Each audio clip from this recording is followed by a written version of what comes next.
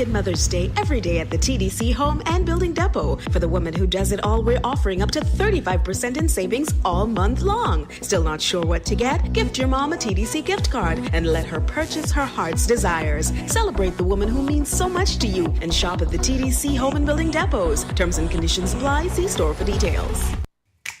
Maybe it's the way the brilliant gold liquid reflects our sunshine, or how the bright blue of its label mirrors the clear Caribbean skies overhead. Maybe it's the fresh, crisp taste of this beastly cold beer on a scorching hot day. Maybe it's even the way it brings us all together. But one thing is for sure, Carib is very much a part of who we are wherever we're from in the Caribbean. Carib, it's the way we play. Drink responsibly. People make the world go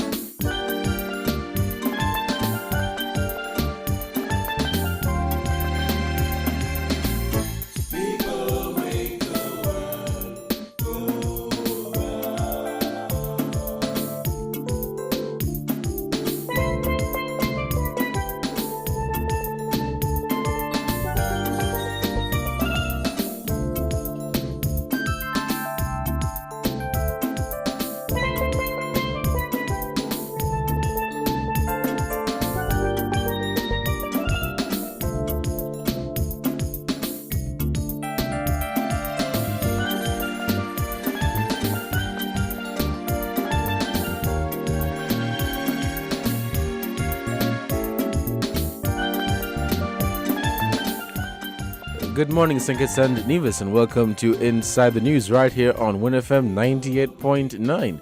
It is Saturday, May 28, 2022, and I'm your host for today's edition of Inside the News, Devon Cornelius. Thank you so much for joining me on the program today. It is just about 7 minutes past the hour of 11 right in the studios of WINNFM 98.9, and we are going to get this program started very shortly.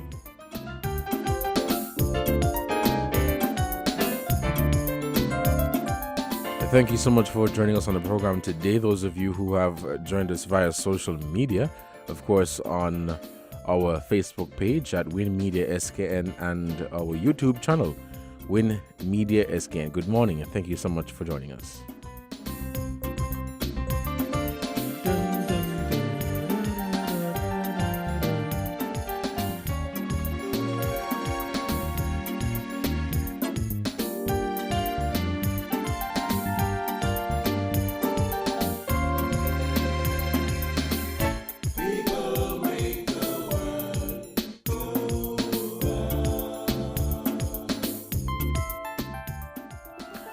Good morning. Thank you so much for joining me on the program today. This is another edition of Inside the News. It's Saturday, May 28, 2022.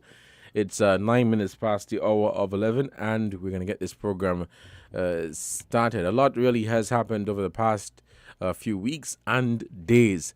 And of course, with the elections, on the horizon, this political situation continues to develop, I say, by the minute. Or I dare say by the second. A lot really is happening, and we're trying to,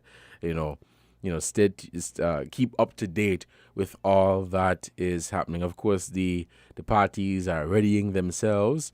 I understand, well, for the most part, most of them have launched their candidates already, and some are to be launching their candidates very soon. But a lot is happening.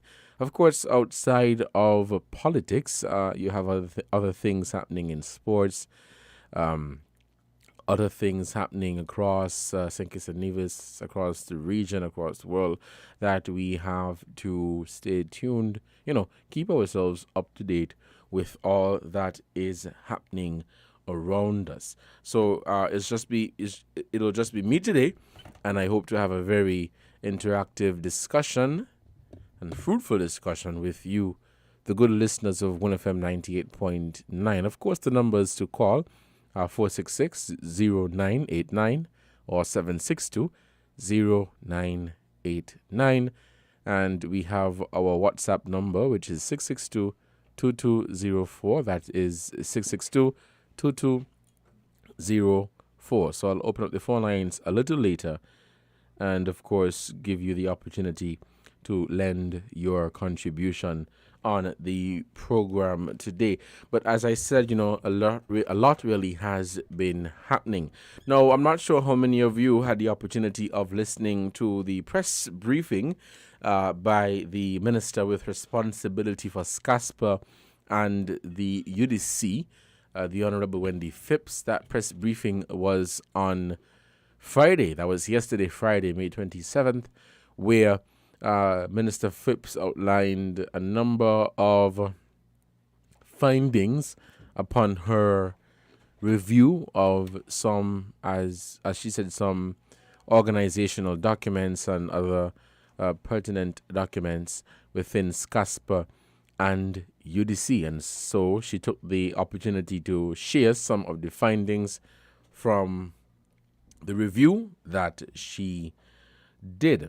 Of course, before the press briefing, many of you heard that there were some changes made to the boards for SCASPA and the UDC. And I think for the most part, and you can disagree, but I think for the most part, many people were of the view at that time that it was just maybe people resigning or people being asked to resign, or this just happening, not knowing if there was a reason for all of this. And so on Friday yesterday, the minister came and outlined the reasons as to why there were some changes to the composition of the boards for SCASPA and the UDC.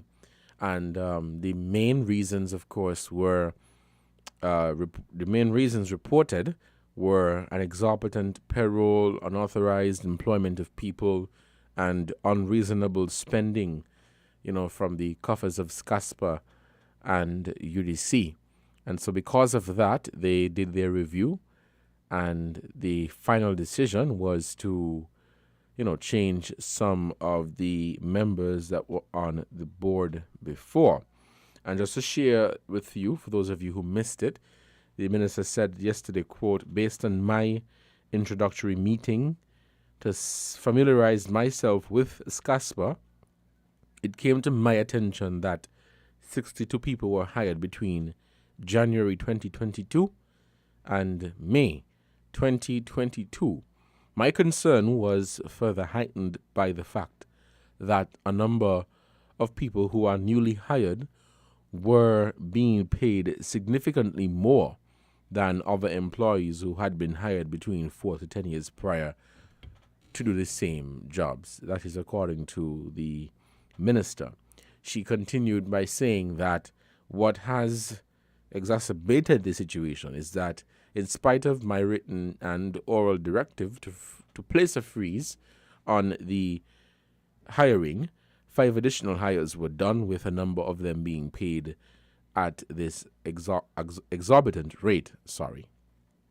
And so this was some of the reasons outlined by the minister as to why some of the changes were made for the board members of SCASPA and the UDC. And of course, this has sparked a lot of public debate, with people questioning why at this time, people questioning the timing of the review for the boards, or the review of the operations, and how these corporations are being managed. That is SCASPA and the UDC. So questions were raised, and people were wondering, well, why this was done at this time, and of course, us being in the political season, of course, people making some insinuations or allegations saying, but I don't want to repeat what I saw and heard, but yeah, people were questioning as to why this took place.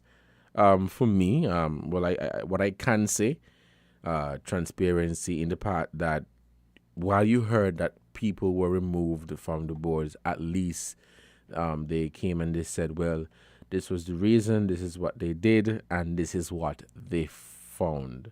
So I understand from the minister, as she stated in the press briefing yesterday, that they will be doing an audit. I think she said an external audit. I stand to be corrected, but I think she said an external audit of the two corporations, SCASPA and the UDC, and that they are concerned with the manner of how things are being done, or concerned on how SCASPA and the UDC is being managed, especially according to Minister Phipps, that SCASPA is not in a good financial position, and some of the concerns, of course, being in COVID and all of that. And so those were some of the reasons that prompted the reshuffling of the board members for those two corporations. We have our first call for this morning, so we head to the phone lines and take this call.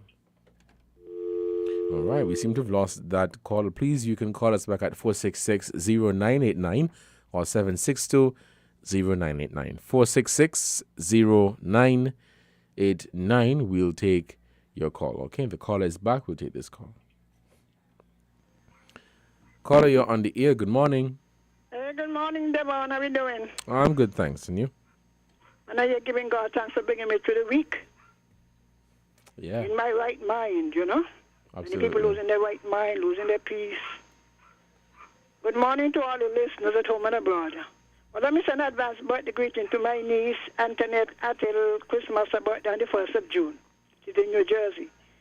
Now, go back to Mr. Hamilton's letter. Do you recall what was said in the letter? No, not word for word. Remind me. Now, he was suggesting that if the other members went ahead, a lot of PAM people would lose their jobs. Do you remember that sentiment? Yes, I do. That's where it starts. He anticipated it. Mm-hmm. That once the PAM members stood up against Dr. Harris, a lot of PAM people, and he mentioned boards, Remember he said on the boards? Mm-hmm. I don't know if he mentioned any specific boards, but no, he didn't say any specific board. But he said a boards. A lot of yes. PAMites on the boards will lose their place, lose their income. Mm-hmm. So it was anticipated. So it came as no surprise. That is one of the reasons, because maybe he has a lot of people from his side on boards. So he's saying, look, while maybe I agree with what so-and-so, it is going to cost PAMites. So people who are being moved from boards was predicted. Now, the reasons given are very interesting.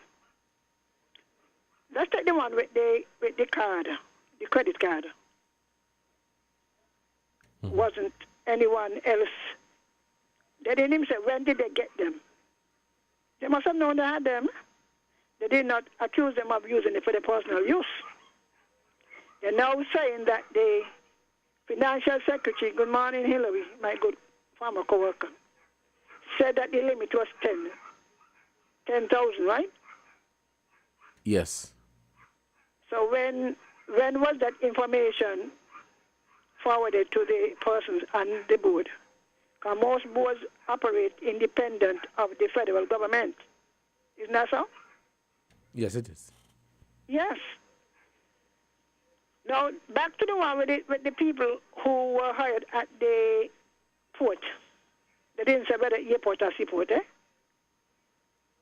I heard rumors of it that the new people who were coming in were getting more than those who were there before. So I asked somebody, what position are they filling? And if you know that they were there since January, from January to March, and this thing only came out in April, can they also claim ignorance of the fact? And why were additional people hired? Is it because they reopened the port? Because you see, wherever a prime minister and our assistant minister, I don't think that many boards. Have any boards under agriculture? I'm not sure. Because I think ZZ has a board. Who was responsible for that? I'm not sure. Because we don't want partial information, because the information given, whether correct or not, has a specific objective. You know that, right? No, I don't. I just tell you, start with the Hamilton letter, you know.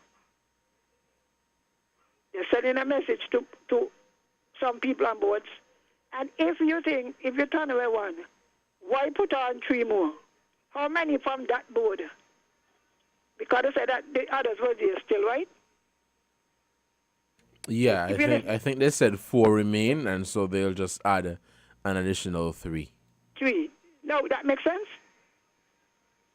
So what are you going to do? To spy out? I mean, you listen to this thing, we're talking about costs. So you have the boards already established.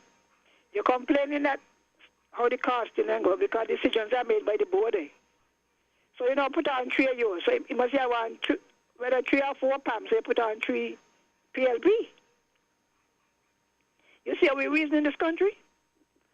I would say if you're cleaning the table, clean the table and put on 3, but you can't tell me that you keep what was there and put on 3. All right. You know, and they're waiting to hear a report, and they got to do audit and a lot of stuff, you know. They have to audit the peace program. People want plenty more audit. I agree with auditing, you know. But remember, the motive is to tarnish the names of people. Labour did it when they had the commission of inquiry. They didn't really care about prosecuting anybody, you know.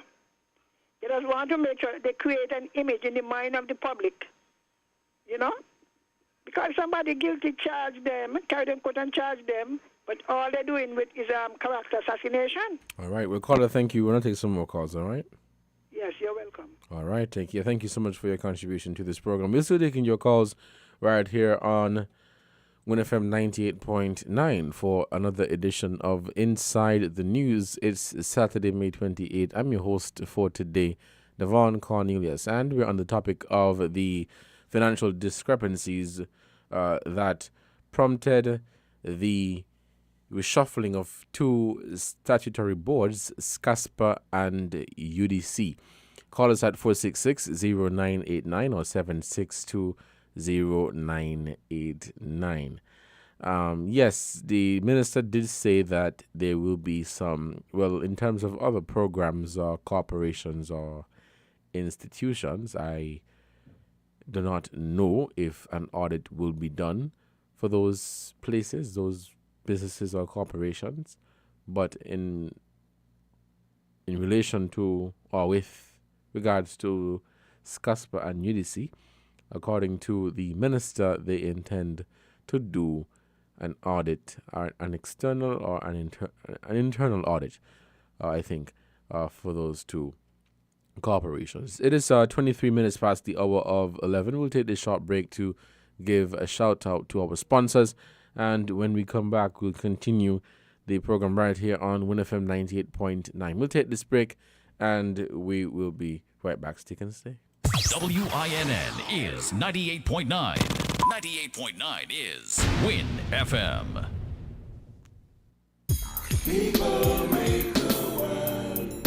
Enjoy the convenience of getting all your documents in one place. At the TDC Copy and Print Center on 4th Street in Basse-Terre, we do just that. We offer document formatting, graphic design, and copy and print services. Our team of professionals truly understand all your needs, whether it be administrative, professional, academic, or personal. You bring it, we deliver it with quality every time. Visit the TDC Copy and Print Center today in the TDC Mall on 4th Street in Bastyr or call 465-2511. Your copy and print specialists are waiting to serve you. Maybe it's the way the brilliant gold liquid reflects our sunshine, or how the bright blue of its label mirrors the clear Caribbean skies overhead. Maybe it's the fresh, crisp taste of this beastly cold beer on a scorching hot day. Maybe it's even the way it brings us all together. But one thing is for sure, Carib is very much a part of who we are wherever we're from in the Caribbean. Carib, it's the way we play. Drink responsibly. People make the world go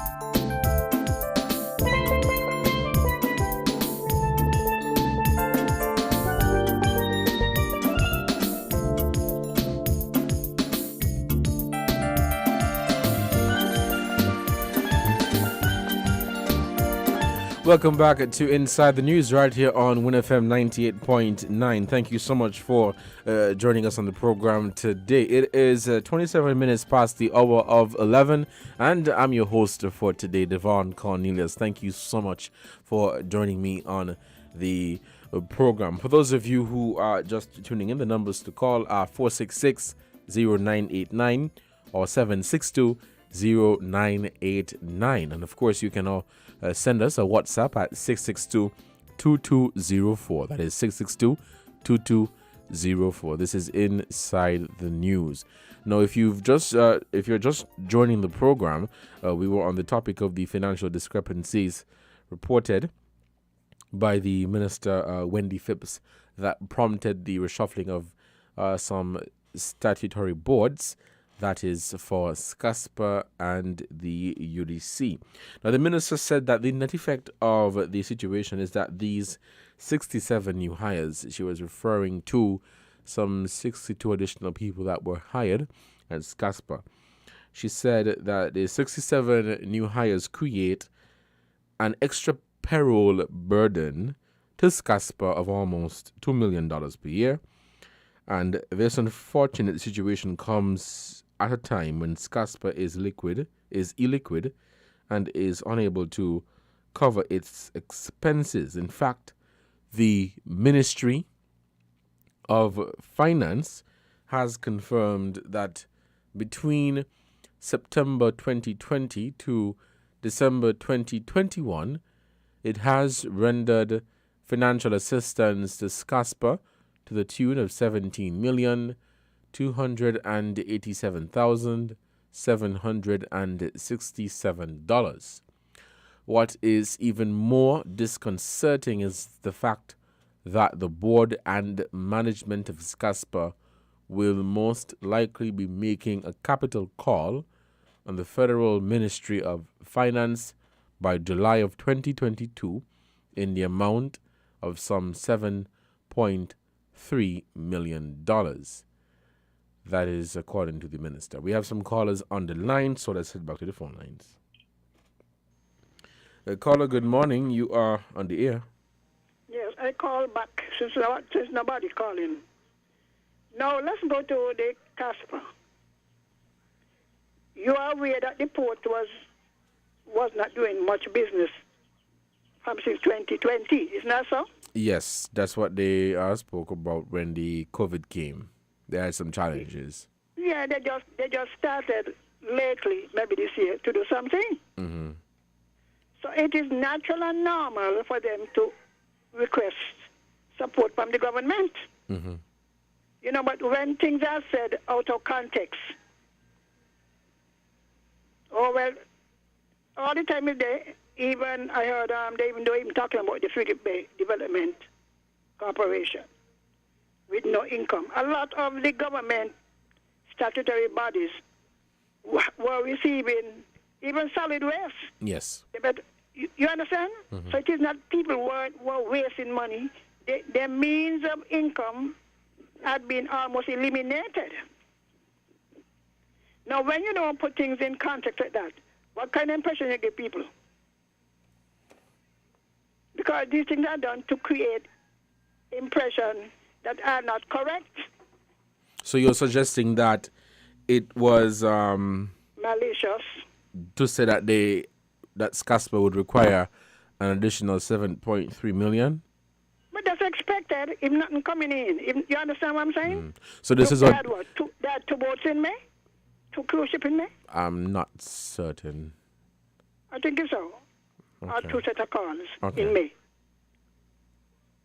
All of that is Casper, you know.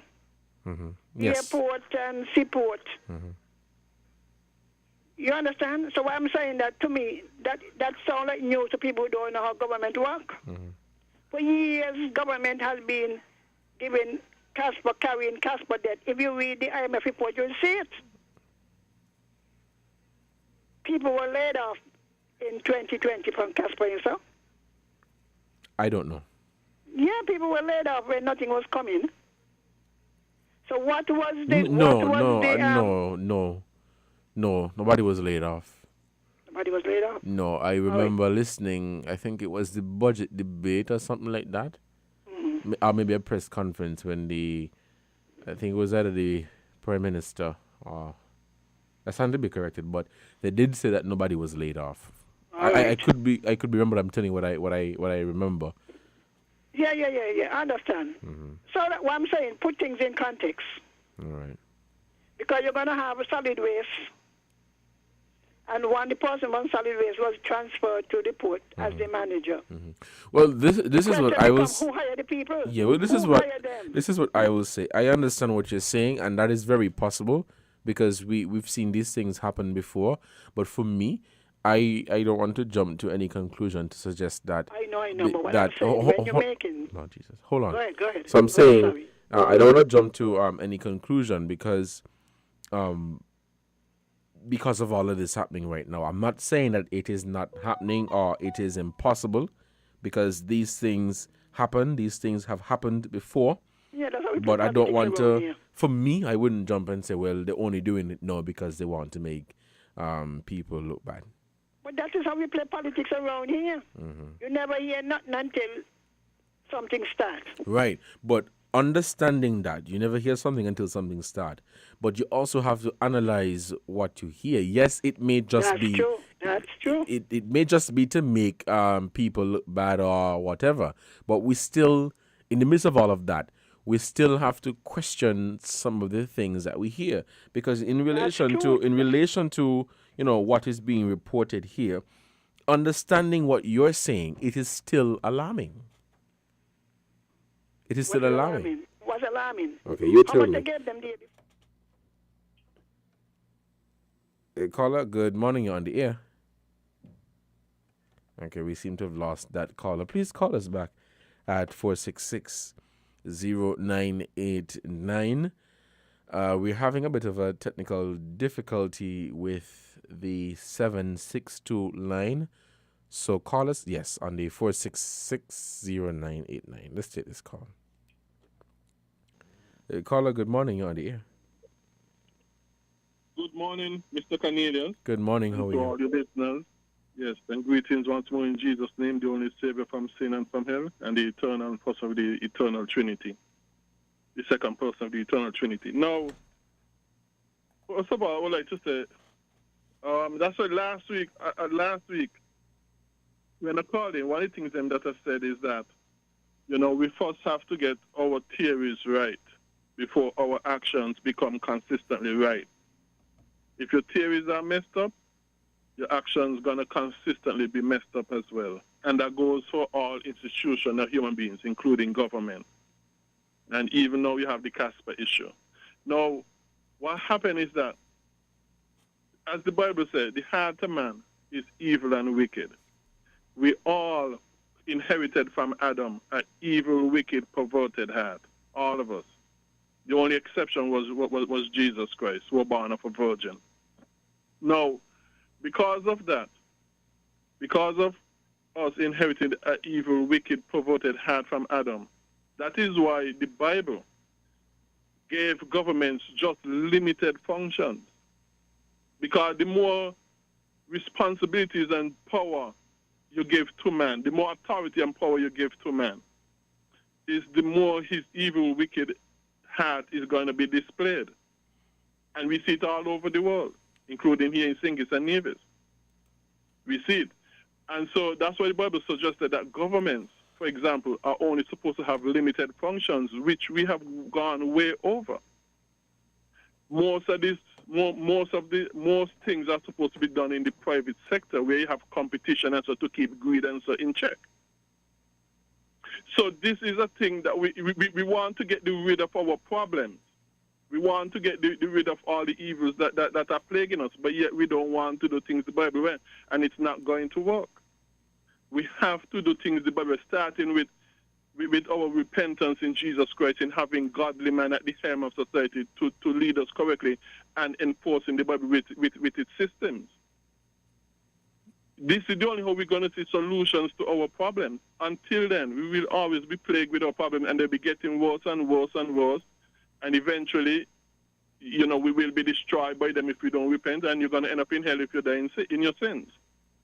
So I just called in to say this, for example. Yes. Something like Casper is supposed to be privatized if we're going to do things the Bible way, which we are to do. It should be fully privatized. And not only that, there ought to be a lot of competition in the market.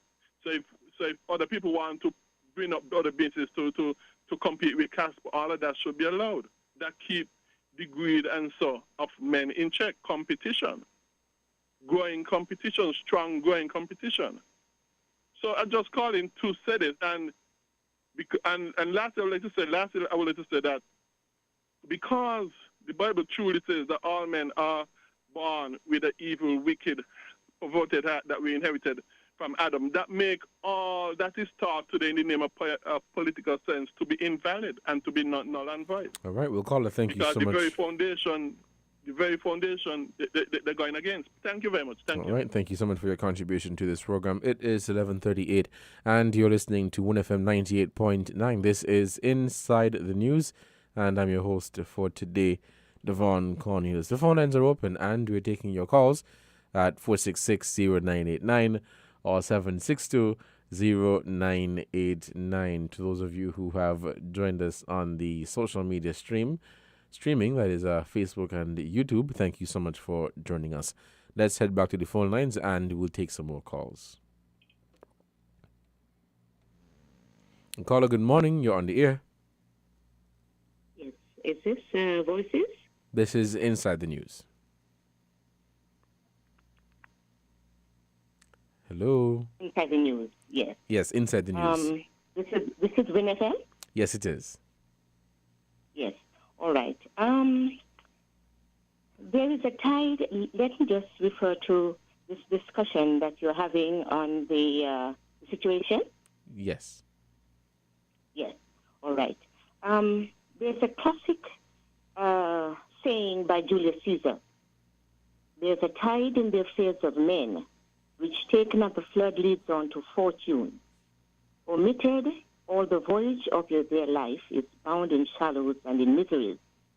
And such a full sea are we now afloat, and we must take the current when it serves, or lose our ventures.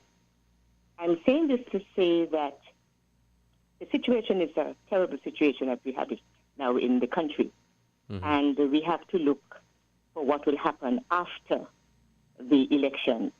Right now, I can imagine we're going to have a lot of this continuing discussion, and each side will be throwing out all sorts of negative things.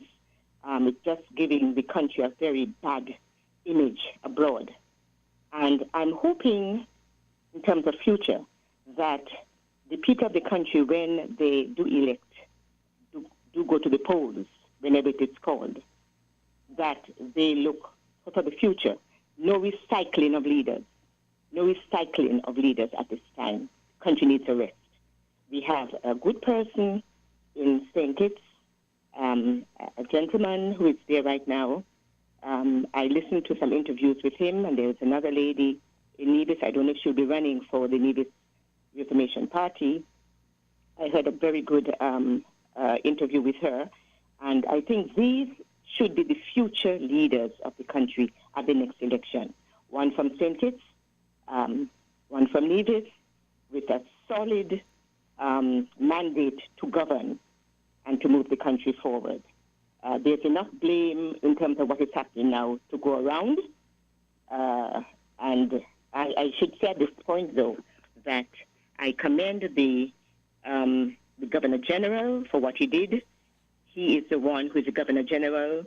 If anybody wants to be in that position, when they get there, they do what they need to do. But he's there, and with the skills and the knowledge and whatever he has made, to my mind, the right decision. On the one hand, they're saying that he knows the law and he knows this and what have you. Well, leave it to him, and he has made the right decision. The Prime Minister, he has done what he has to do, and he has also made the right decision at this circumstance. If people are not doing what they're doing, not coming to, you can't be in the government and not in the government at the same time. So he did what he has to do, and he has now gotten the government general to dissolve the House. We have 30 days after that, to 90 days to have elections. He let us know when he is ready. If anybody wants to be Prime Minister and have that role, well, they have to first be there. But he is the Prime Minister right now, and so he has that authority to tell us at the appropriate time when elections will be called within the next period as stipulated by the Constitution. So all I would say at this time, we need to look after elections to new fresh face, no recycling. We need to have something more, a cleaner slate, at least at the leadership level, to go forward. Strong mandate, and I hope the people of St. Kitts and Nevis do just that. Thank you. All right, caller, thank you so much for your contribution to this program. This is Inside the News right here on WINNFM 98.9, and I'm your host for today, Devon Cornelius. It is 11:42, and we are still taking your calls. The phone lines are open. Call us at 466-0989. You can send us a WhatsApp at 662-2204. Yes, 662-2204. This is Inside the News. And, I listened to the caller, and, okay, let me hold that thought. We have some callers on the line. Let's take this call. Caller, good morning. You're on the air. Yes, good morning again, Devon. Good morning to the last caller. That was a good piece of campaigning. I know her. She's talking about the Labour Party and the NRP. Now, I do agree that the NRP has new leadership and new members. But the one instinct that she's talking about still have the biggest obstruction. I listened to a part of the Labour Party meeting, and there was Dr. Douglas acting as if he was the leader. As long as he's been the leader, nothing has changed.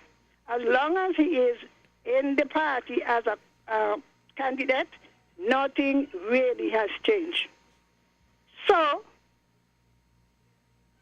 to suggest, don't come with the same old leader, well, you're bringing the same old party. We want honest people. I don't care who it is. I have no objection to the auditing. All I say, it must be done all across the board. Nobody is saying it's stupid. And as I said, Eugene Hamilton predicted it. They said he wasn't at the press conference. Why? You don't think he grieved his heart when he see what has happened? That I think he was and there there. are many other people. Before you continue, before you continue, I think he was there. It's just that he wasn't talking. He wasn't talking. Yeah, somebody said you're not can't. He was somebody just. said he wasn't there. He was just for Phipps to talk, but I think it was him and Byron Nisbet. You know, so I am here saying to myself, only a blind man can see what this thing is. So they're going to have to audit Lindsey Grant, what's his name, Johnny Powell. Who else? The Trini was going to get audited. When you have all those other boards and so, well, darling, please, if you're going to do something, do it clean. Nobody is saying anything. Nobody is saying don't audit. But this political kind of action, it don't even look good. And the thing is this, election will be called in the next, 3 months? 2 to 3 months, right? Nobody knows. Well, maybe less than that. All right. So you're going to take up people, put people on board for 3 months, and then suppose you don't get elected. You must have people's life. Would you have taken an appointment on a board in that interim? I would not have gone there. Maybe if you get a contract that lasts for 5 years and they can't break it. Boy, ask. You think they can't break it? First thing they will say, the house was dissolved. The house was dissolved. Election is what to be called. Certain things, you're at a risk. Yeah, but is that the law? Is it the law to say that if the house dissolves, you can't go on the board and can't get a 5-year contract? Do you know that? They don't give 5-year contract. I am not saying they get 5-year contract. I'm just saying if they are to get a 5-year contract. You're going to take that risk. All right. Well, if they want to take the risk, they can. But we want to take a break, so when we come back. All right. It is 11:46. We'll take a short break to give a shout out to our sponsors, and when we come back, we'll continue inside the news right here on WINNFM 98.9. Of course, we break at 12 for the headline news. So let's take this break, and we'll be right back. Buying your medication is easy with City Drug Store's curbside pickup. WhatsApp our certified pharmacist at 662-8769 with your requests.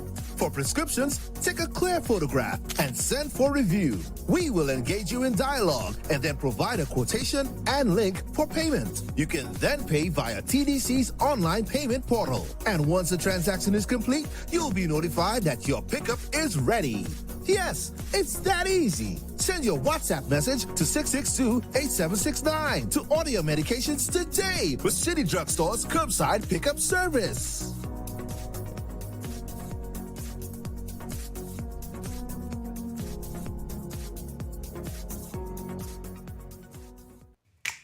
Maybe it's the way the brilliant gold liquid reflects our sunshine, or how the bright blue of its label mirrors the clear Caribbean skies overhead.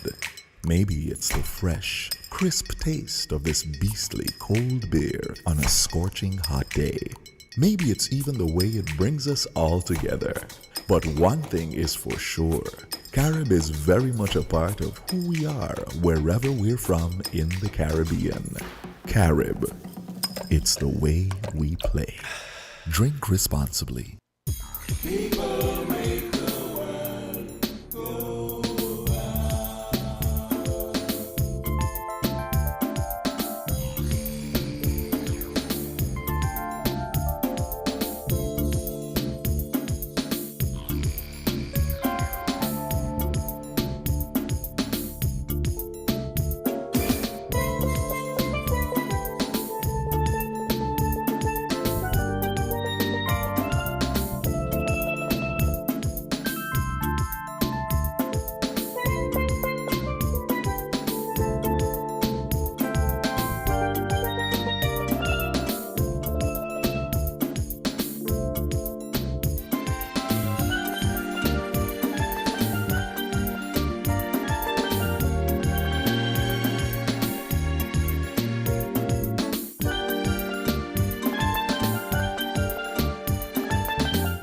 Welcome back to Inside the News right here on 1FM 98.9. Let's head back to the phone lines. We'll take this call.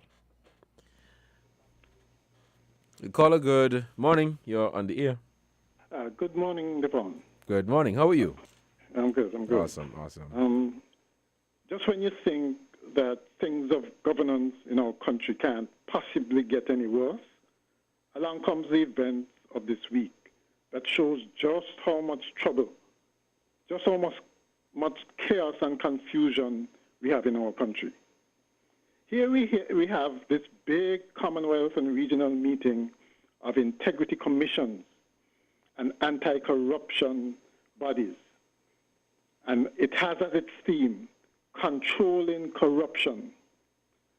And we have also, this week, the Prime Minister and the Attorney General claiming that we have good governance and everything is hunky-dory as far as they are concerned. And simultaneously, we have the Minister Wendy Phipps detailing instances of corruption and wrongdoing at two of our statutory bodies. How much more contradictory can we get? I asked the Prime Minister this week on his program, the fact that the World Justice Project, that he himself frequently quotes, they ranked us 29th out of 30 Latin American and Caribbean countries. That is almost dead last in the area of open government. Well, if you don't have open government, how you expect to have a clean government when no one is held accountable? And his response was, well, that's just one indicator. We did well overall. And that's not true. The fact is, it was not just one indicator, because we lost ground in the absence of corruption indicator on the World Justice Project list as well. So it is clear that the Prime Minister is not the right person. Neither him nor his current minority cabinet, they are not the right people to lead us out of this mess, okay? Because they represent the status quo, which got us into the mess in the first place. The fact is we need fresh leadership. And that is why I think somebody like Drew and Janice Daniel Hodge, the new NRP leader, represent that. At least they are untainted. The current directorate in government have all been tainted. They have not delivered on the good governance agenda that they promised. And they're candidates who have misappropriated client funds, have been described by their own colleagues as greedy and corrupt. And so they all need to go. We need a fresh start, bring in fresh people. If they mess up too, then we change them too. But we can't reward the current affairs by rewarding the people responsible for the mess, right? One sure thing that would stop a lot of these unsavory happenings in our statutory corporations and boards is have at least one or two members on these boards appointed by the opposition, so that there is oversight of what goes on, and you don't have all party hats and rubber stamps of the ministers who are in control of these boards. That is what has gotten us where we have. All right? There's no oversight. Nobody is accountable. But that has to end if we are to move forward. And going back all the way to, I don't know, the start of planet Earth is not going to help us. Saying that it used to happen in the past is not going to help us. We need to change how we do things now and in the future. And the only way to do that is to have people who have not been tainted by these sorts of things, who are not previously in control of these sorts of things, bring them in and let us see them clean up the mess. Okay, that is what is going to be needed. So let's see what happens. I hope that, I can't think of many people who are looking at what's going on and feeling satisfied, okay? And so it behoves us at the next opportunity we get, whether that is 4 weeks or 2 months or whenever, that we do the right thing and put an end to this nonsense, to all this foolishness. Elect new people. Let us see them clean up things and do what is right, because, what is happening is really an indication of what was said for the last 7 years, that there was dysfunction in government. But if you're going to have dysfunction in government, sure, you may make progress in one or two areas, but it is not anywhere where we need to be. And that is what is coming to the fore now. That we've been lied to for the past 7 years. Things were not done right. It was hidden, covered up, and this is the result. And I say enough is enough. We got to do things differently. And the only way we can do things differently is to have different people in charge of these things. Okay, then. All right, caller, thank you for your contribution to this program. It is about 5 minutes to the 12 o'clock hour, of course, where we break for the headline news, but we'll take about one more call before we do so. Call us at 466-0989. That's 466-0989. For those of you who are just joining us, we were on the topic of the financial discrepancies at SCASPA and UDC that prompted some reshuffling of the board members. Let's head back to the phone lines. Caller, you're on the air. Good morning. Good morning, Mr. Cornelius. How are you? I believe what should happen. There's nothing wrong in trying to find out how the country money is being spent. I believe what should happen that all of the ministry, including the Ministry of National Security and the Ministry of Finance, all of them should be under this sort of investigation. Not just a selected few department. If you just cherry picking where to look for fault, you're not telling the employers, which is the people, how their money being spent. But once you do it across the board,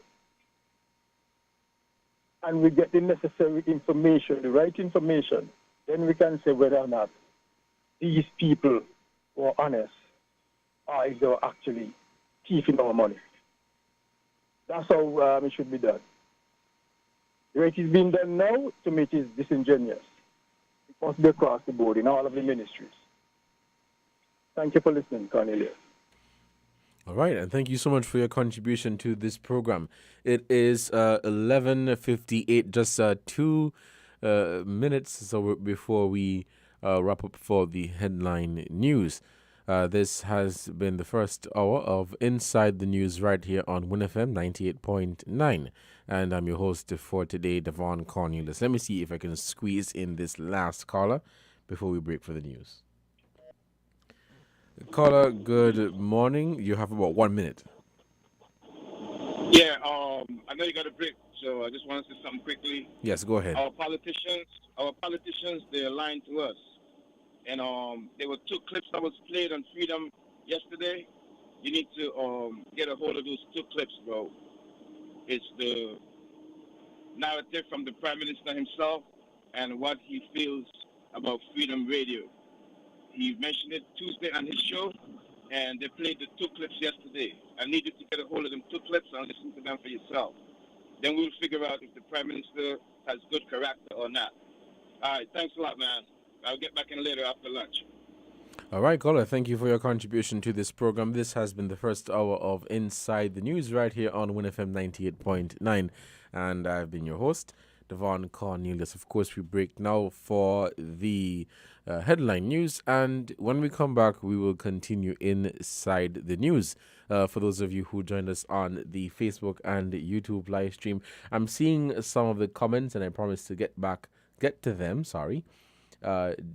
for the second hour. But thank you so much for joining us, those of you on Facebook and on YouTube. Of course, those who have joined via the FM channel.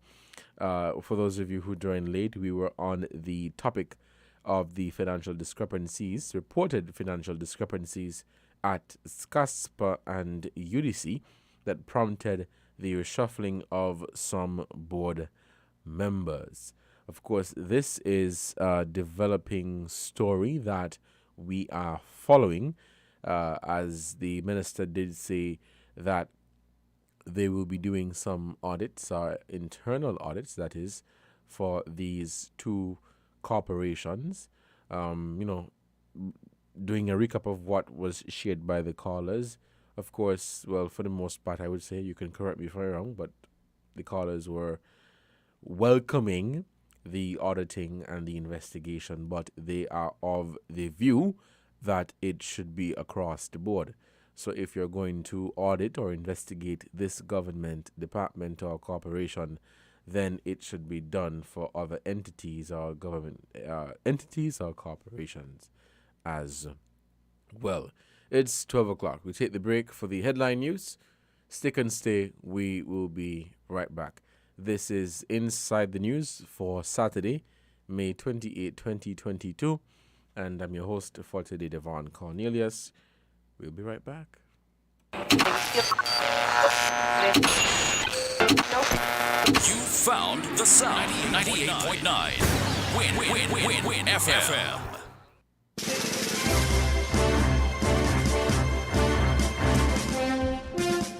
We now bring you the headline news. The headline news is brought to you by Caribbean Alliance, The Grange, KDP Enterprises, Carib Brewery, and National Bank.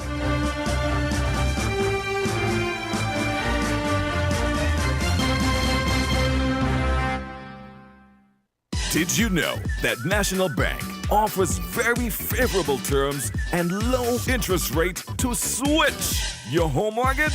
Our in-house legal department will process your mortgage in a jiffy and free of cost. Switch your home mortgage now and get a peace of mind knowing that we are here for you. National Bank, always here. Shipping your cargo shouldn't be a hassle. It can be as easy as a single call to Amerijet International, your worldwide cargo transportation solution. We provide all the services you need to ship your goods anywhere in the world, whether your shipment is fresh, frozen, large or small, alive or hazardous. You can count on Amerijet to deliver it safe and sound. Amerijet International, by land, sea or air, we get it there. For more information, visit us online at www.amerijet.com or call us at KDP Enterprises at 466-9595. With over a century of perfection behind the Mackeson name, a smooth blend with perfect balance and richness, it's no wonder Mackeson Triple Stout has a legacy of perfection. Enjoyed the world over. Introducing our new look with the same great taste. Mackeson. All hail the king. Please drink responsibly. Did you know that the Grange Healthcare Facility is the first purpose-built, non-governmental healthcare organization on St. Kitts?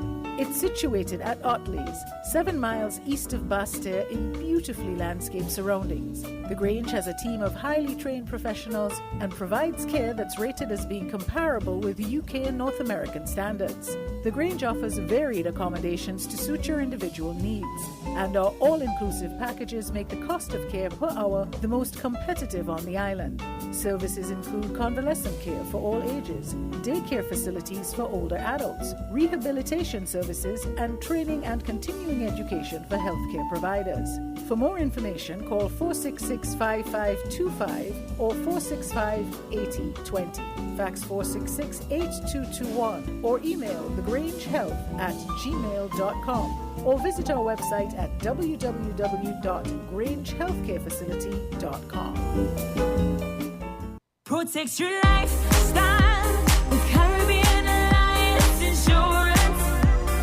Tilly Wall with a low reputation and service for second to none. Securing you is our mission. People that you can trust, your business, property, we got you covered. Motor or personal, whatever it is, we got you covered. 130 years in this business, we got you covered. For all your insurance needs, visit or call us at 465-2631 or 469-5303. Dealey Walwyn, people you can trust.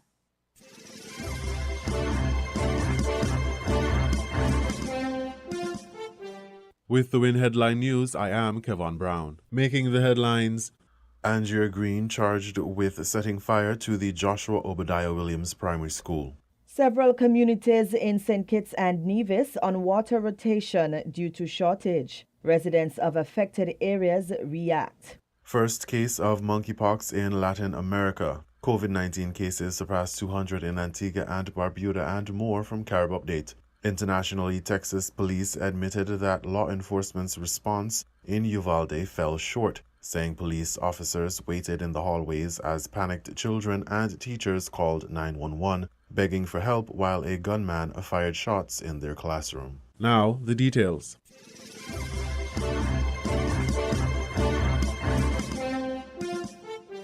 After a 10-week investigation, 42-year-old Andrea Green of Molyneux has been charged for setting fire to the Joshua Obadiah Williams Primary School, according to a release from the Royal St. Christopher and Nevis Police Force shared on May 27th.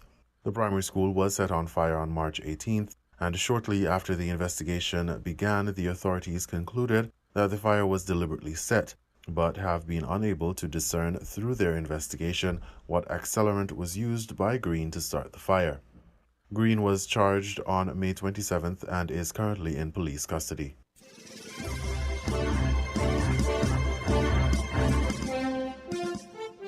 The Federation of St. Kitts and Nevis is currently experiencing water supply shortages due to prolonged dry spell. As a result, the Nevis Water Department and the St. Kitts Water Services Department have implemented a water management strategy to ensure that water is contained during this time. During a conversation with WINN-FM on Friday, May 27, Hazel Brown, Public Relations Officer at the Nevis Water Department, confirmed that there is a shortage of water on Nevis. Hence, the Nevis Water Department has issued a water management schedule to over 20 villages and is monitoring other areas for possible water supply issues. Similarly, Mr. Cromwell Williams, hydrologist and acting water engineer at the St. Kitts Water Services Department, says there is a water shortage on St. Kitts, and the Water Department has executed a water management schedule as well. This includes the capital Basseterre, Cayon, Sadlers, and Newton Ground. In terms of the rationing, water is being turned off daily between 8 p.m. and 4 a.m. in the affected areas of the country. This will continue until further notice. The Water Department representatives indicated that their departments have been unable to supply enough water to meet the public's demand due to the current dry spell. Brown stated, "The Nevis Water Department has been experiencing difficulty in maintaining the supply to the population on mostly the northern side of the island. There are groundwater wells that basically supply the water to the water storage tanks. The tanks then basically distribute to the customers. And during these extended dry spells, when the water use rise, and when we say rise, we mean in regards to the domestic homes, above normal expectancy, it basically changes the pattern. And when I say change the pattern, it negatively affects the department's ability to maintain the optimum water levels in the tank." As it relates to St. Kitts, the acting water engineer explained that in the city of Basseterre, water demand continuously increases, hence the need for additional wells. We currently do have a water shortage, particularly in some areas more than others, starting with our capital, Basseterre, of course. The water demand has continuously increased over the years, and unfortunately, we have not been able to keep up our supply with the demand. What that means is that as time goes by and the demand for water increases, as you build more houses and so on, development on a whole, you have to also increase the amount of water that is available. For us in St. Kitts, that means we have to drill additional wells, new wells, to increase the amount of water that we get from the ground. Ultimately, all of our water comes from rainfall. It means, therefore, that there's a wet season, a dry season. Dry season is the first half of the year, So during that period, we get less rainfall. We therefore have less water available for persons to use. Right now we are in May, and the rainfall has been very low. I think for April we had less than 1 inch, which is perhaps less than half of what you would get on an average month. WINNFM spoke to 3 individuals who reside in affected areas of the country to comment on their experiences. A young mother on Nevis indicated that the rationing of water has affected her daily lifestyle. She explained that sometimes the water is turned off before the scheduled time and returns later than the stipulated time. According to her, people can be late for work or school if they don't plan properly. The woman expressed her frustration that in 2022, people are bathing from a bucket. She suggested that better measures be put in place during the rainy seasons so that customers wouldn't have to suffer so much in the dry season. A middle-aged man stated that he is not affected by the water rotation. He said he uses cistern water and is confident that he has enough water to carry him through the dry season. Meanwhile, on St. Kitts, Deandra Carey, a resident of White's Village, Upper Kayon, said she has experienced many years of water supply issues. She said when water goes, her village is the last to receive a return of running water. She describes the situation as ridiculous.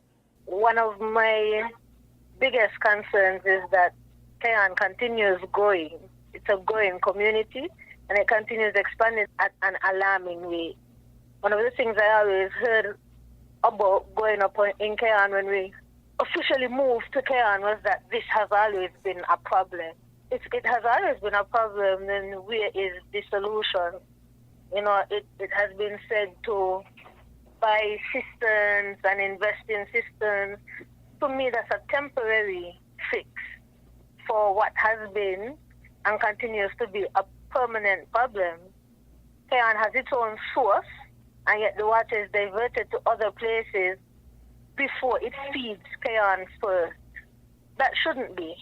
Carey added, Sometimes water goes in Kayon and you're not even aware that the supply is going to be interrupted. You just get up and you go to the pipe and you turn on the pipe and there is nothing. Water is an essential resource. It's a basic need. It's a necessity. And so you can't have a supply of water being interrupted and then persons are not notified. You have no idea when it will come back, how long you will be without it. Carey further shared that being in self-quarantine last year without water was not a good experience. She added that a whole community should not have to stand by a dam in 2022 waiting to fill water. Who feels it knows it, she stated. Carey suggests that the government provide duty-free concessions on materials that will help the people to store water efficiently. Hazel Brown of the Nevis Water Department informed that the Water Department is working to improve the water catchment and supply on Nevis. The Water Department has been relatively active in increasing the storage capacity of potable water in strategic locations on the island. And, for sure, we just did the Hamilton tank, which added something more to the Hamilton area. And in addition, there are ongoing discussions to improve and to add more water to the network. And there are regional agencies that are and have been rendering assistance to further promote rainwater harvesting, be it for agriculture or domestic use. Brown advised the general public to invest in and utilize water catchment facilities in and around their homes to store water. She mentioned that the water situation may improve during the hurricane season once there is increased rainfall. Williams and Brown shared similar sentiments that conservation methods need to be put into practice. They suggested that customers pay close attention to their water bills for excessive rise in the amount. The water representatives advised customers to check for leaks and overflowing toilets and attend to such issues in quick time. Williams in particular shared that a number of homes on St. Kitts have a water meter that is not working or inaccessible, which is not a true reflection of the customer's bill. He said the department is hoping to rectify that issue as soon as possible. However, Williams explained that the permanent solution to the water shortage situation is drilling more wells and constructing desalination plants, which is converting seawater into fresh water. Individuals are encouraged to improve their daily water conservation practices by using recycled water for lawns, monitoring domestic water use in the homes, which includes baths, brushing teeth, washing of dishes, clothes, and the washing of vehicles. Williams concluded that once everyone tries to conserve water, then there is a greater chance for each household to get a 24-hour water supply.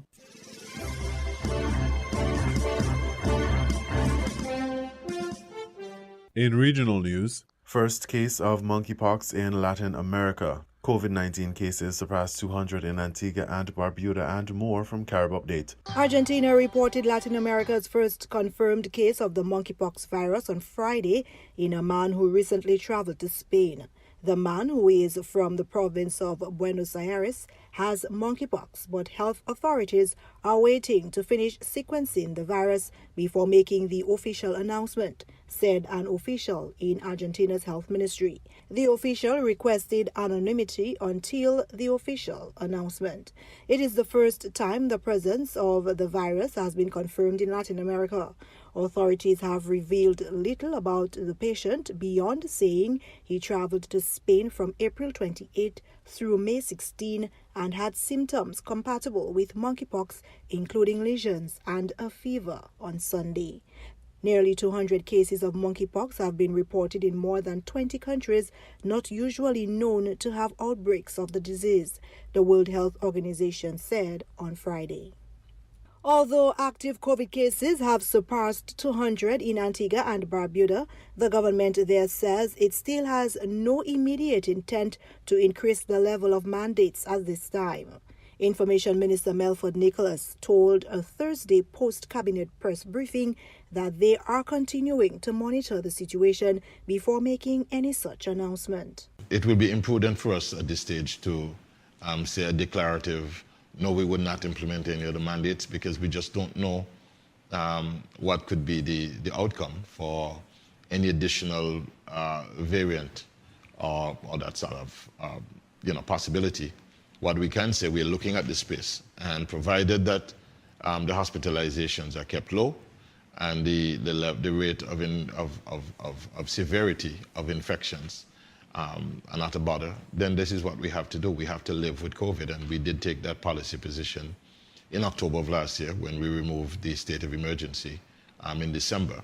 So we are pretty clear. We have to live with COVID, and we have to manage the outcome. He encouraged residents to stay safe by taking the necessary precautions.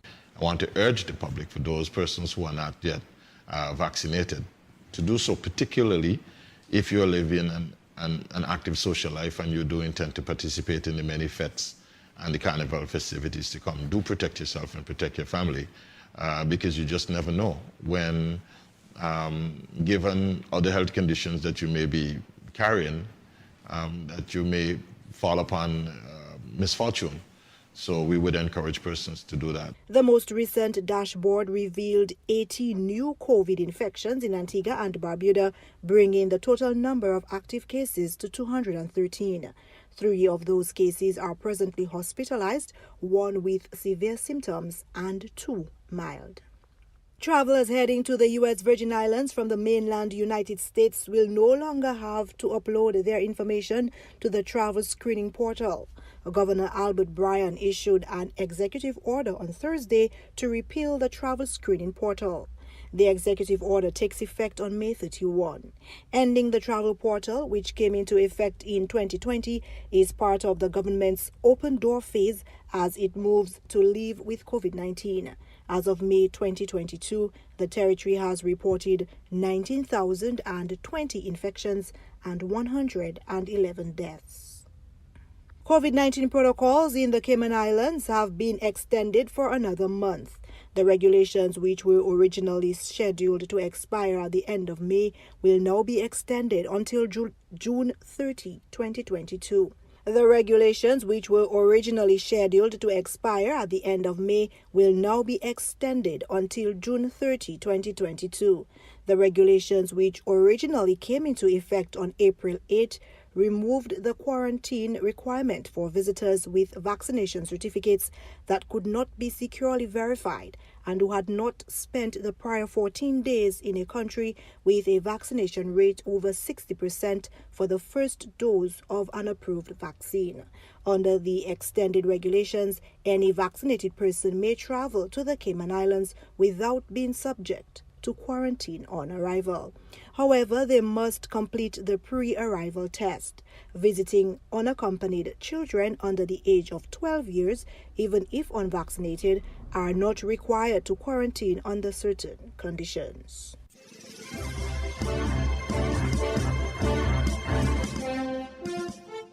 We now bring you these international reports. Of course it was not the right decision. It was the wrong decision, period. Police in Texas on Friday admitted law enforcement's response in Uvalde fell disastrously short. Texas Department of Public Safety Director Steve McCraw said that more than a dozen police officers waited in the hallways of Robb Elementary Tuesday as panicked children and teachers called 911, begging for help while a gunman fired shots in their classroom. 19 children would die, along with 2 teachers. Outside, frantic parents were urging police to storm the school during the attack, some even restrained by police. That was off of 1257. The new timeline, which differed sharply from previous official accounts, fueled outrage and sparked questions about whether police should have intervened sooner. Texas embraces active shooter training, active shooter certification. Every officer lines up, stacks up, goes and finds where those rounds are being fired at and keeps shooting until the subject is dead, period. But law enforcement on the scene that day elected to wait for backup, McCraw said, believing the shooter was barricaded in the classroom and no longer a threat. Meanwhile, the calls for help began. I'll not say her name, but she was in room 112, called 911 at 12:03. The duration of the call was 1 minute and 23 seconds. She identified herself and whispered, she's in room 112. At 12:10, she called back in room 12, advised her multiple dead. The unidentified caller tried again, calling at 12:13 and 12:16, saying 8 or 9 students were still alive. More calls followed, some from students, at 12:19 and 12:21 when 3 shots could be heard in the background.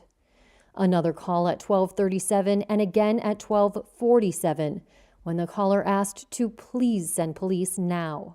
How many students died in those 48? I don't have that answer. We're looking at it right now. McCraw said officers used a janitor's keys to enter the classroom at 12:50 p.m., nearly an hour and a half after 18-year-old Salvador Ramos entered the school with an AR-15 semi-automatic rifle and exchanged fire with officers. In total, Ramos had 60 magazines and 1,657 rounds. He killed 21 people. McCraw said no police officers were seriously injured.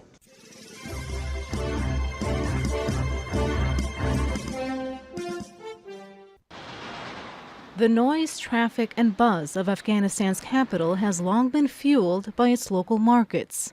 But that is changing. Russia's invasion of Ukraine is making an existing food crisis even worse. Food prices are rising, and resources are becoming increasingly scarce. With the war in Ukraine, European countries turn to markets in Kazakhstan. For us, that means the price of wheat, flour and oil have soared. A United Nations report says many people have built up enormous debt to buy food over the past few months, and access to seeds, fertilizer, and water for irrigation is limited. We've seen an increase of up to $9 for every sack of flour, so we're very much affected by the war between Russia and Ukraine. Poverty has been rife in Afghanistan for years, with nearly 20 million people facing acute hunger. But political instability, low harvests, violence, and shipping delays are adding pressure on the country's wheat supply and fuel prices. And that's being made worse as inflation affects goods and markets across the world. Prices are skyrocketing. People have limited income sources and they have to reduce their purchases. International aid is restricted as Western governments remain weary of the Taliban. And a decree ordering women to wear clothing that covers them from head to toe in public, as well as recent school closures, have intensified criticism abroad. The world is trying to show that it's dedicated to philanthropy and humanitarian causes by distributing a sack of flour and 5 kilograms of edible oil. But this has no positive impact on the people. With Afghanistan already facing political and economic struggles, soaring food prices are now another challenge for its people. Katia Lopez-Olayan, Al Jazeera.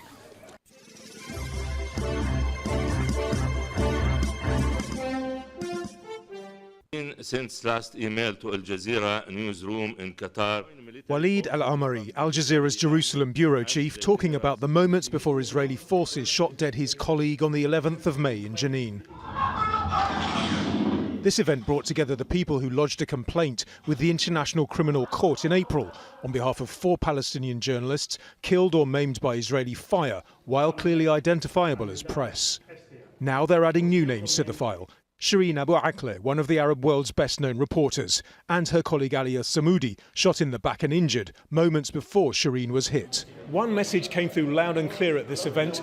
There's no lack of evidence, but there's also new momentum behind calls for international action over Israel's targeting of journalists. It is a war crime to deliberately target journalists, and it is a war crime to cover up of the war crimes. It is to stop and to silence objective reporting on the ground, the documentation of human rights abuse. That's why journalists are targeted, and that's why we say this case is so serious, and the ICC ought to be looking at the targeting of journalists in particular, as opposed to other civilian deaths. The case is being brought by the International Federation of Journalists, the Palestinian Journalists Syndicate, and the International Centre of Justice for Palestinians. They say last year marked a turning point when the ICC ruled its jurisdiction extended to the occupied Palestinian territory. According to Reporters Without Borders, at least 30 journalists, mostly Palestinians, have been killed by Israeli fire in the West Bank and Gaza since 2000. The Israeli army's never acknowledged any responsibility. How hopeful are you that the ICC can, down the line, achieve any kind of justice for Shireen and other Palestinian journalists, given the fact that Israel is not party to the ICC and given its track record of non-investigation? Pre-trial chamber ruling is very clear. The ICC's jurisdiction, criminal jurisdiction, extends over the territories that we're speaking about. That means that the ICC prosecutor can issue a warrant for the arrest of perpetrators, and then that has severe consequences for the individual perpetrator, whether they're inside Israel or not. Al Jazeera is preparing its own dossier which it'll submit to the ICC. As well as Shireen's killing, it includes the Israeli airstrike in Gaza that destroyed the offices of Al Jazeera and the Associated Press a year ago. On Thursday, the Palestinian Authority says its own investigation had established that Israeli forces deliberately shot Shireen Abu Akleh, hitting her in the head while she was trying to escape. The Israeli media has reported that the military has no plans to launch a criminal investigation. Nadeem Barber, Al Jazeera, London.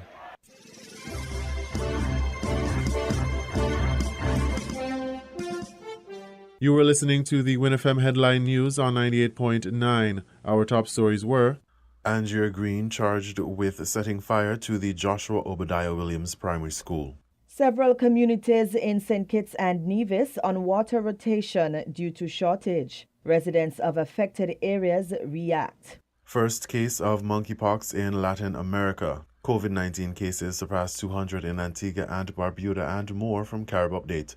Internationally, Texas police admitted that law enforcement's response in Uvalde fell short, saying police officers waited in the hallways as panicked children and teachers called 911, begging for help while a gunman fired shots in their classroom. Thank you for listening.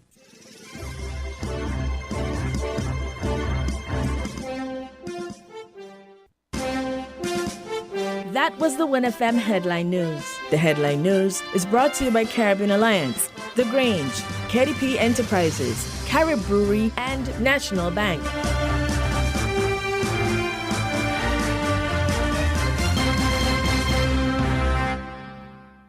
Protect your lifestyle.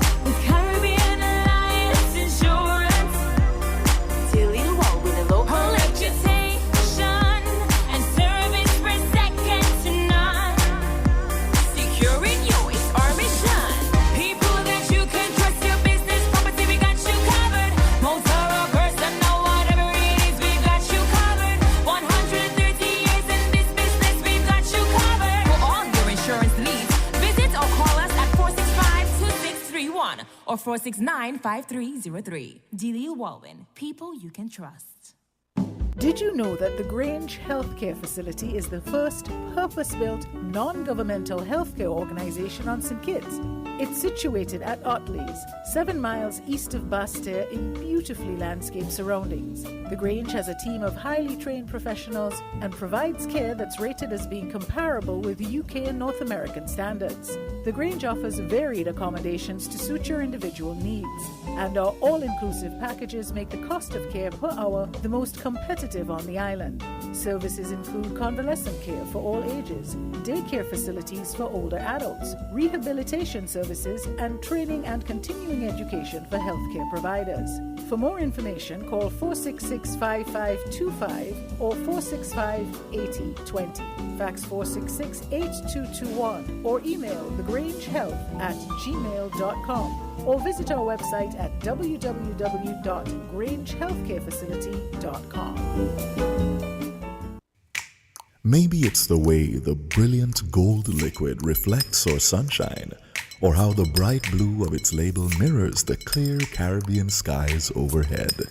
Maybe it's the fresh, crisp taste of this beastly cold beer on a scorching hot day. Maybe it's even the way it brings us all together. But one thing is for sure, Carib is very much a part of who we are wherever we're from in the Caribbean. Carib, it's the way we play. Drink responsibly. Shipping your cargo shouldn't be a hassle. It can be as easy as a single call to Amerijet International, your worldwide cargo transportation solution. We provide all the services you need to ship your goods anywhere in the world, whether your shipment is fresh, frozen, large or small, alive or hazardous. You can count on Amerijet to deliver it safe and sound. Amerijet International, by land, sea or air, we get it there. For more information, visit us online at www.amerijet.com or call us at KDP Enterprises at 466-9595. Stop standing in long ATM lines to withdraw cash. Use your national debit or black cards to complete a wide variety of transactions at supermarkets, variety stores, gas stations, pharmacies, and more. Shop online at the most popular websites and stores for quality brands using your national debit or black cards. And take back your time to enjoy all the things that you love to do. Remember, instead of waiting in long ATM lines to withdraw cash, use your national bank cards today. National Bank, always here. We're different. We're 98.9. 98.9. Win FM. People make the world go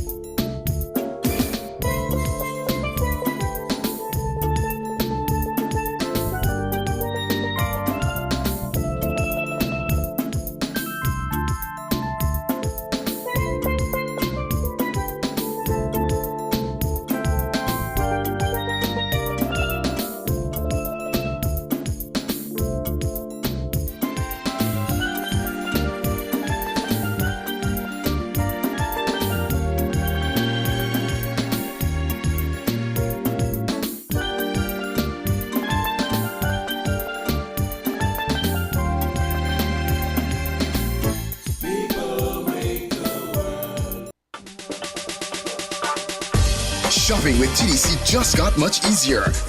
Here's how. Log on to shoptdcgroup.com. Shop at your convenience at any time, from anywhere with your smartphone, tablet, or computer. With our safe and secure payment checkout, you choose the option to pick up in-store or have your goods delivered right to your door. It's that easy. Shop tdcgroup.com, your one-stop online store.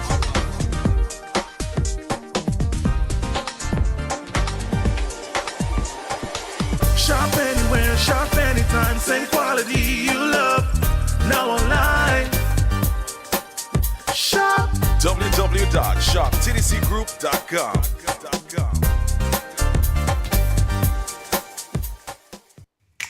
Maybe it's the way the brilliant gold liquid reflects our sunshine, or how the bright blue of its label mirrors the clear Caribbean skies overhead.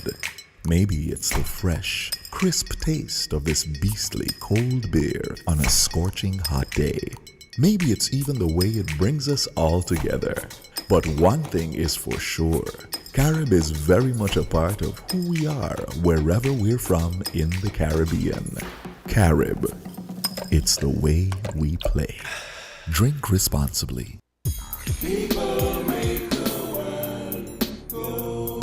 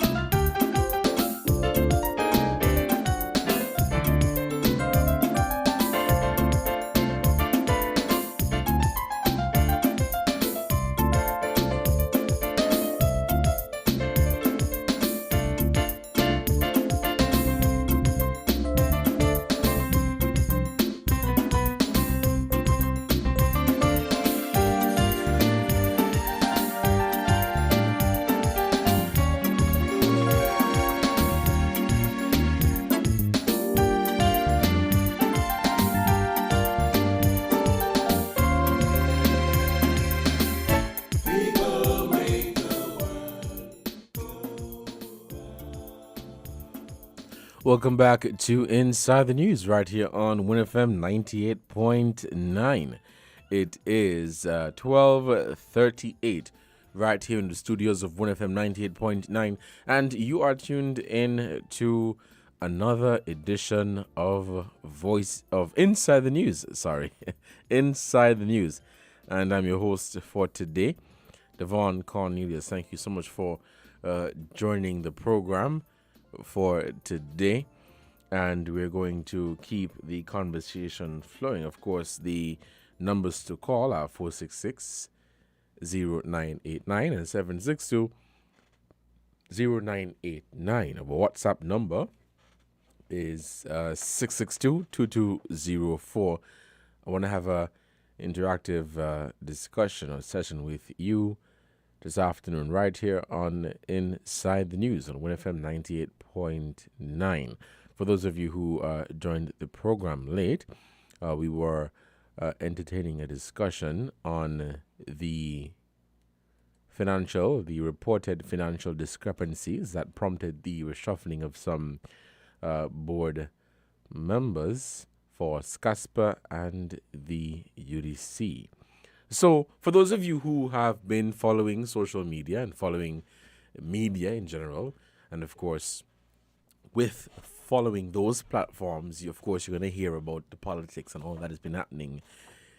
You, I think, would come to the conclusion that the events from March until now have been rather interesting. And I think you would also come to the conclusion, or you would also agree, that not only have they been interesting, but if you follow, they are not necessarily new things happening, because some of what is happening happened before. So a lot really, you know, is going on in the political arena, and it's just for us to sit back and see what's going to happen.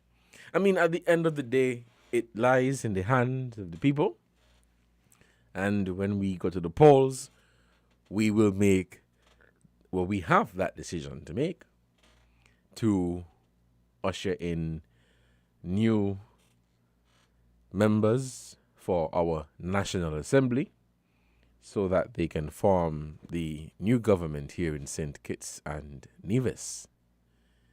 It lies in the hand of the people. We have that decision to make. It is our choice to make. That is why I say, regardless of who you support, voting is, I believe, a privilege. And some may argue that, boy, my voting make a difference. I don't see the point of voting. For me, voting is you being a part of the process. If you want to see change, if you want to see the continuation of what you have deemed good governance or what you have deemed parliamentarians performing, then you vote. But we have to make an informed decision. We have to make an informed decision. So don't just say, "Me ain't gonna vote because all of them is the same," and da, da, da.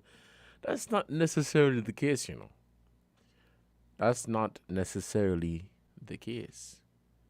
But here is my thing. Voting and being a part of that decision-making process, your vote is very powerful. And so voting, you are able to say, well, I wanted to see more done in this area or that area, or I was not satisfied with the performance of this representative, whatever. So it could be either. And you decided to vote. Maybe the change that you wanted to see did not occur at that time. But it is something that we really have to think about. And our vote, we have to understand that it is precious. It is a privilege. And so regardless of where you stand, regardless of who you support, regardless of who you like or don't like or whatever, when election day is here, you get up, you think about it. You look at the pros and the cons, and you say, boy, I think this person or that person or that person, doesn't matter who. But you have to be able to live with your decision. You have to be able to live with your decision. So my only advice to, prospective voters, those who are newly registered, those who have decided to, I'm going to take a break from this voting thing, reconsider. Reconsider. You don't know. Things may just go where you want it to go. If you understand where I'm coming from. So, it's a decision for us to make and encourage everyone to be a part of the process. Let's take our first call for this afternoon. Caller, you're on the air. Good afternoon. Good afternoon, everybody in Radioland, and good afternoon, Mr. Cornelius. How are you doing? Good afternoon, sir. I'm doing quite fine, thank you. What about you? I am doing, well, my feelings are ambivalent, I have to say, about all of this, but other than that, physically speaking, I'm healthy. Mentally, I'm sound of mind. Thus, I'm doing all right. So my feelings are fluctuating. I have to say that I have been enjoying you immensely. And spending these few brief moments with you, it will be a joy. Your language, though. I heard you say that the events of the last few weeks or months have been rather interesting. Mr. Cornelius, you seem to have a penchant for the understatement, don't you? Sorry, repeat that.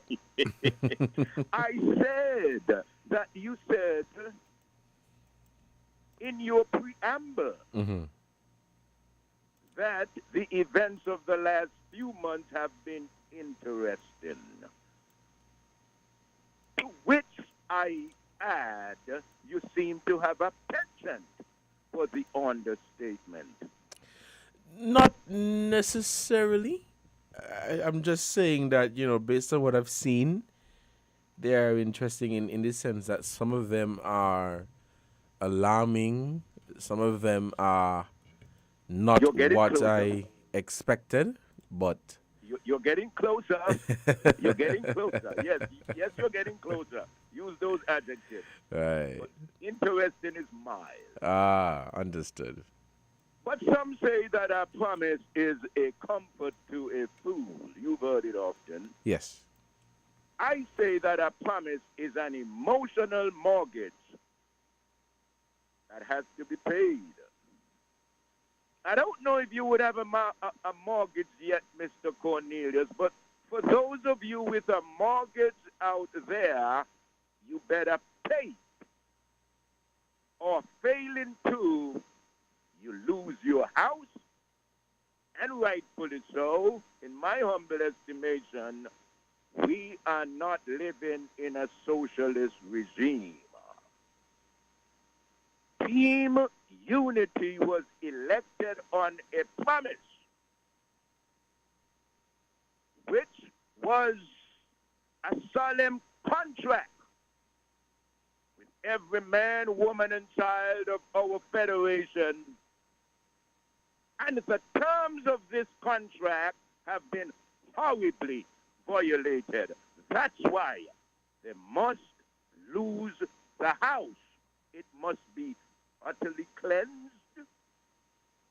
to guard against a latent or residual strain of this virus afflicting us presently being unwittingly imported back into the house by the victorious contender.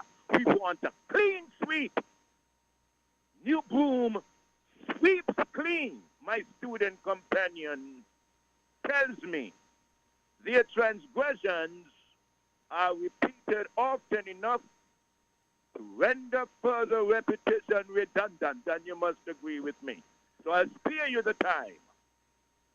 But, as you would agree with me, it's not only interesting what we are hearing, it's positively scandalous. By your words, you will be justified. And by your words, you will be condemned. Thus says the good book. And I cannot help but think that had we heeded Mr. Astafan's call along with several other prominent members of society for the integrity in public life and good governance regulations as an antidote to all of this, Today, had we done that, we would not have been here. Finally, and I close, of this one thing we can be sure. The rancid stench of mutual recrimination will continue unabated. And I'll tell you something every time that they open their mouths. The ultimate victory of the Dr. Drew-led Labour Party seems, in my humble estimation, all the more certain. What are they waiting for? Let them ring the bell and die, politically, of course. Good afternoon, folks. All right, caller, thank you so much for your contribution to this program. We are still taking your calls here, right here on WINFM 98.9. This is Inside the News, and I'm your host for today, Devon Cornelius. Call us at 466-0989 or send us a WhatsApp message at 662-2204. This is Inside the News, and we are taking your calls to continue this conversation. Let us head back to the phone lines. We have a caller. Caller, you're on the air. Good afternoon. Hello, good afternoon. I'm calling on the journalists in St. Kitts to do some investigating journalism, because, you know, with our going on, you find that it is just pure politics. There's a situation in St. Kitts with a certain bank, and that bank is in problem. But yet nobody from the board of that bank get fired. The managing director still at the bank. And I want the journalists to dig into that bank and find out the other day Social Security had to bail out that bank. And nobody could report these things to the people. The status of that bank going down and across the street there. That's something that the journalists of St. Kitts should be digging in, because it's okay to investigate certain people for political mileage. But then there are situations that need to come to the people. But yet the journalists, them just sitting back and waiting for a scoop on Facebook or something. But if they dig into things, they'll find out there's a lot of things that need to investigate. Like, for instance, do you know how many money was raised for the roofing program? Do you know that, sir? I can't tell you off the top of my head. Okay, there's a thing you're supposed to ask. Because from my knowledge, I heard there was $1.something billion was raised to fix roof. And how many was spent?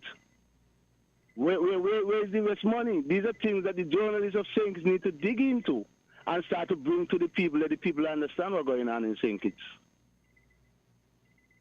That's all I have to say for that for now. All right, caller, thank you so much for your contribution to this program. We're still taking your calls right here on WINFM 98.9 for another edition of Inside the News. I'm your host for today, Devon Cornelius. Thank you so much for joining the program. Call us at 466-0989. Those of you on the Facebook live stream, thank you so much for joining. Those of you on Facebook and on YouTube, thank you so much for joining the program. I'm browsing through some of the comments. Let me see if I can share some of these comments. It says here, okay, people... Okay, no, so these comments are not as appropriate, but I thank you for your contribution to the program still. Okay, it says here why she don't leave Labour and Douglas. She needs to focus on her party and all the corruption that her party is allegedly involved in. Apparently, this was referring to a caller. It also says here, vote PLP or Timothy Harris, people back in the PAM party, and they don't care. Vote PLP all the way. All right. Just some of the comments that I'm seeing here. Of course, these comments are referring to perhaps comments made by previous callers. Of course, we welcome you to give your take or your opinion or your opinion on this matter. Call us at 466-0989 or 762-0989. The phone lines are open. For those of you who are just joining the first hour, we spoke on the reported financial discrepancies at the SCASPA and UDC that prompted the reshuffling of some board members. And as I said earlier, according to the minister, Wendy Phipps, they are expected to be carrying out some more audit or review, and we hope to hear from them soonest in terms of what they have found. Now, with the callers that were weighing in on that particular topic, they were of the view, they welcomed that. Of course, there should be an audit of these government entities or government corporations, or the corporations, that is.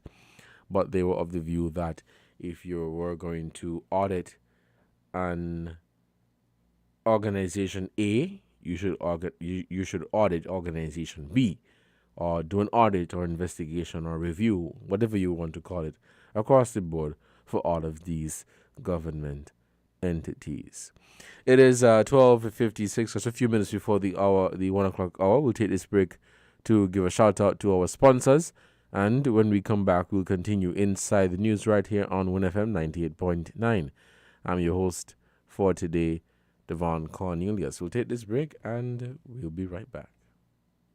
Make it Mother's Day every day at the TDC Home and Building Depot. For the woman who does it all, we're offering up to 35% in savings all month long. Still not sure what to get? Gift your mom a TDC gift card and let her purchase her heart's desires. Celebrate the woman who means so much to you and shop at the TDC Home and Building Depots. Terms and conditions apply. See store for details. Maybe it's the way the brilliant gold liquid reflects our sunshine, or how the bright blue of its label mirrors the clear Caribbean skies overhead. Maybe it's the fresh, crisp taste of this beastly cold beer on a scorching hot day. Maybe it's even the way it brings us all together. But one thing is for sure, Carib is very much a part of who we are wherever we're from in the Caribbean. Carib, it's the way we play. Drink responsibly. People make the world go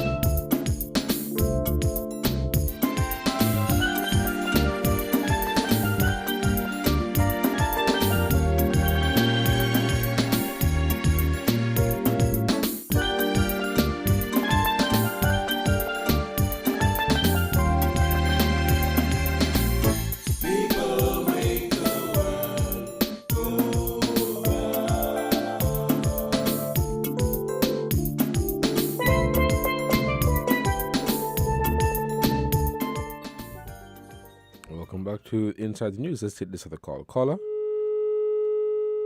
Okay, we seem to have lost that caller. We're having a bit of a technical difficulty on the 762 number line. So please call us at 466-0989. That is 466-0989. We'll be happy to take your calls. 466-0989. This is Inside the News right here on Win FM 98.9. Thank you so much for joining the program today, those of you on social media, whether it be Facebook or YouTube. Now, as I mentioned earlier, and a caller made the point that perhaps interesting was not the the correct word to use in this context. All right, let me stick a pin and see if I can get this caller in.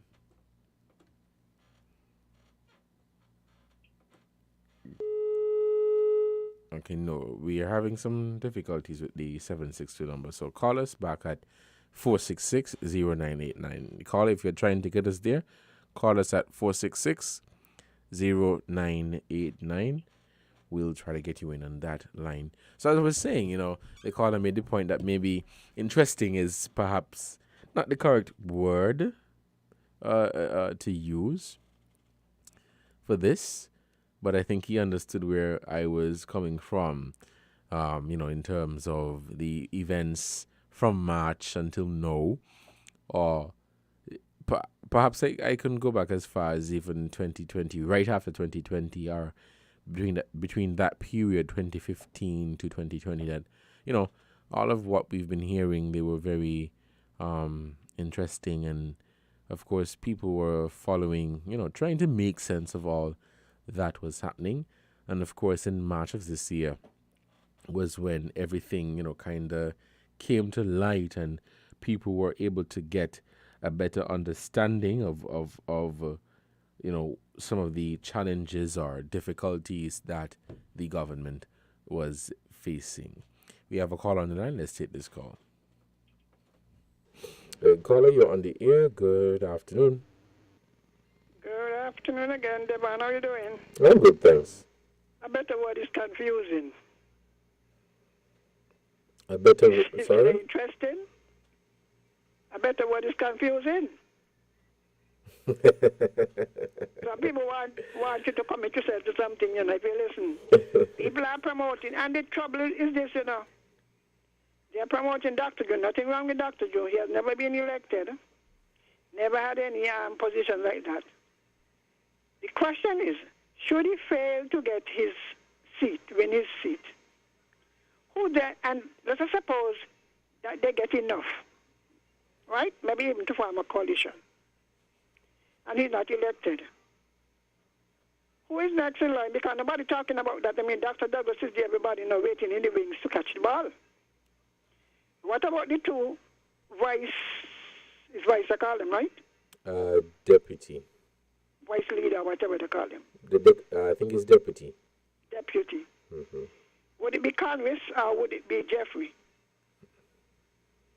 Anyway, we turn this confusion, Anyway, we turn this confusion. And you see, I heard their last caller was talking about should they have listened to Dr. Astafan.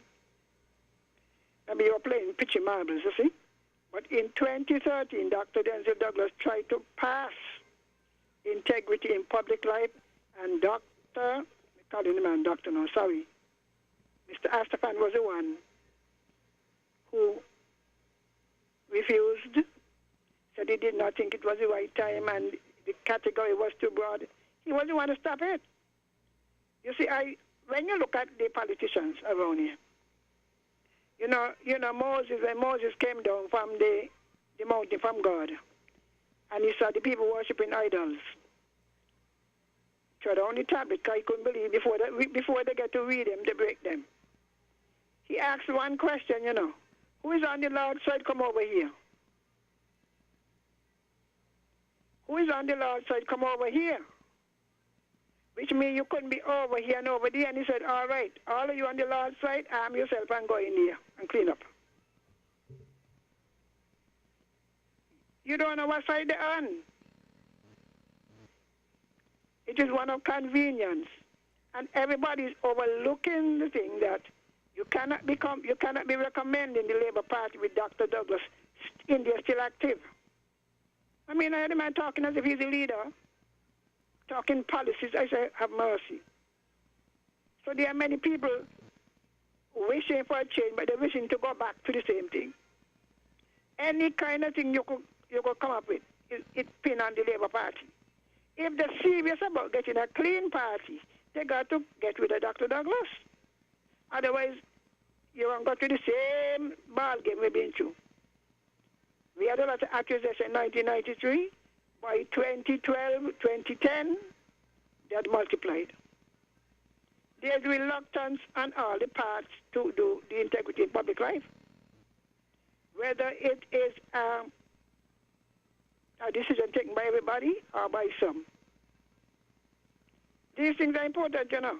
And I am still waiting to hear from Dr. Joe his clear position on the fair share for Nevis. Because no matter what they say, because I've listened to one of their main spokesmen who is proposing that the present situation be done away with and that we have one government and that the Nevis Island administration is irrelevant. And I'm waiting to hear Dr. Drew indicate clearly what is his party's position on Nevis' fair share. And nobody tell me what they don't know what fair share mean. All of us went to school.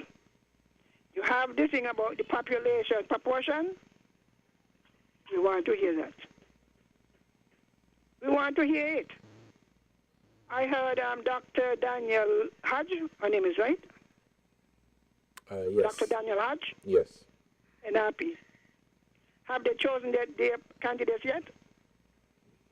I don't know. It should be easy. They only have to find 1, 2, 3. But this wait and see. Carlisle Powell gave a clear-cut thing that he is supporting Nevis getting his fair share. But he's not a candidate. I want to hear the party leader. Because if you don't speak up now, then you'll be subjected to what? They enjoyed before. They were in there. And our people, I don't know, God have mercy on all of us. They have mercy on us. They were there, they didn't get their share. And some people making this argument, which I think is frivolous, about, let Nevis raise their own thing. St. Kitts could raise their own between 2020 and 2022. All governments all across the Caribbean is St. Kitts too. They ran deficit on the current account. It is the CBI that allowed all of those who were able to bounce back. So if that could save St. Kitts government, it could save Nevis on too. And people making all kind of ridiculous assumption.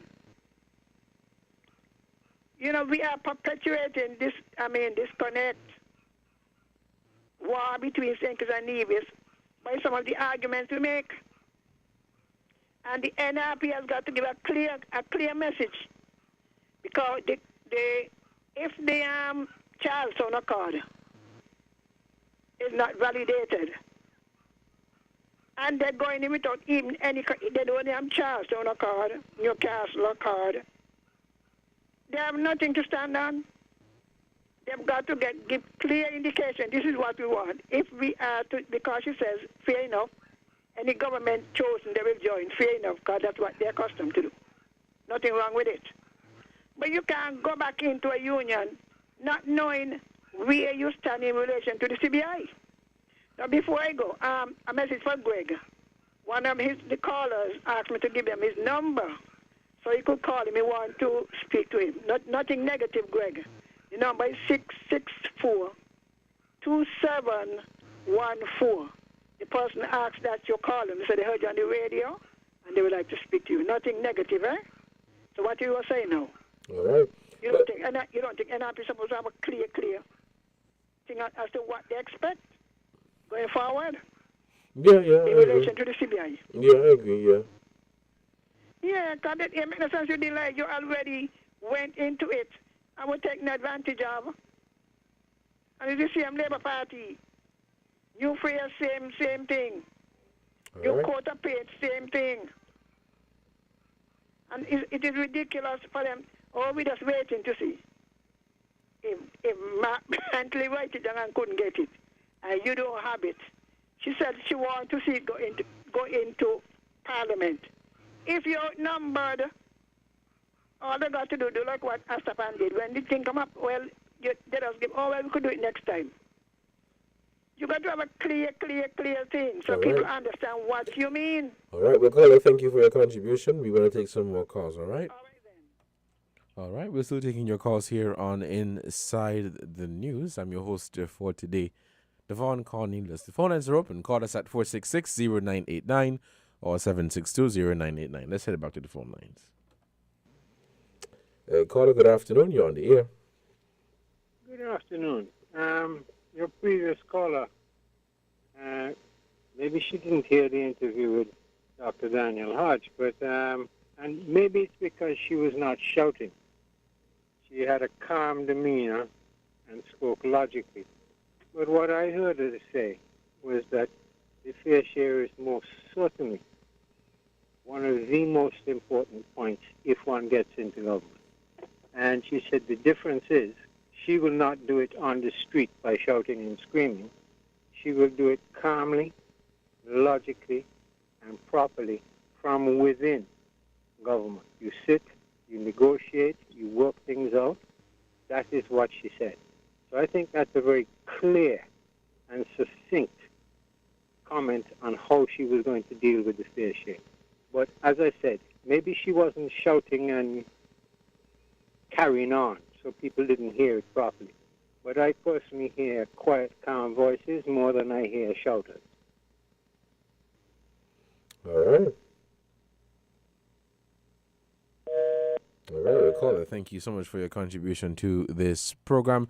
You're listening to Inside the News right here on WINNFM 98.9, and I'm your host for today, Devon Cornelius. We're heading back to the phone lines, and we're taking some more calls.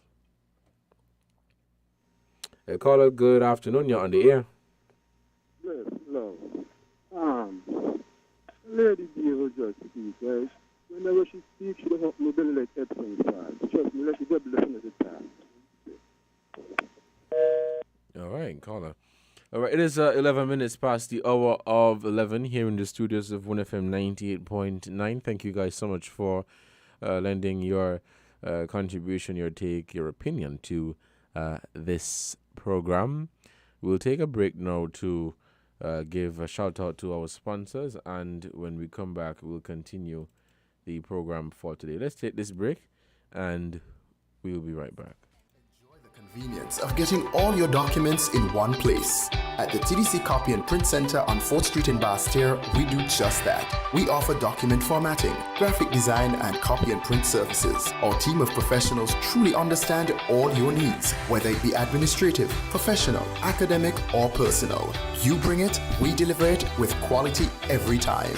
Visit the TDC Copy and Print Center today in the TDC Mall on 4th Street in Basse-Terre or call 465-2511. Your copy and print specialists are waiting to serve you. Maybe it's the way the brilliant gold liquid reflects our sunshine, or how the bright blue of its label mirrors the clear Caribbean skies overhead. Maybe it's the fresh, crisp taste of this beastly cold beer on a scorching hot day. Maybe it's even the way it brings us all together. But one thing is for sure, Carib is very much a part of who we are wherever we're from in the Caribbean. Carib, it's the way we play. Drink responsibly. People make the world go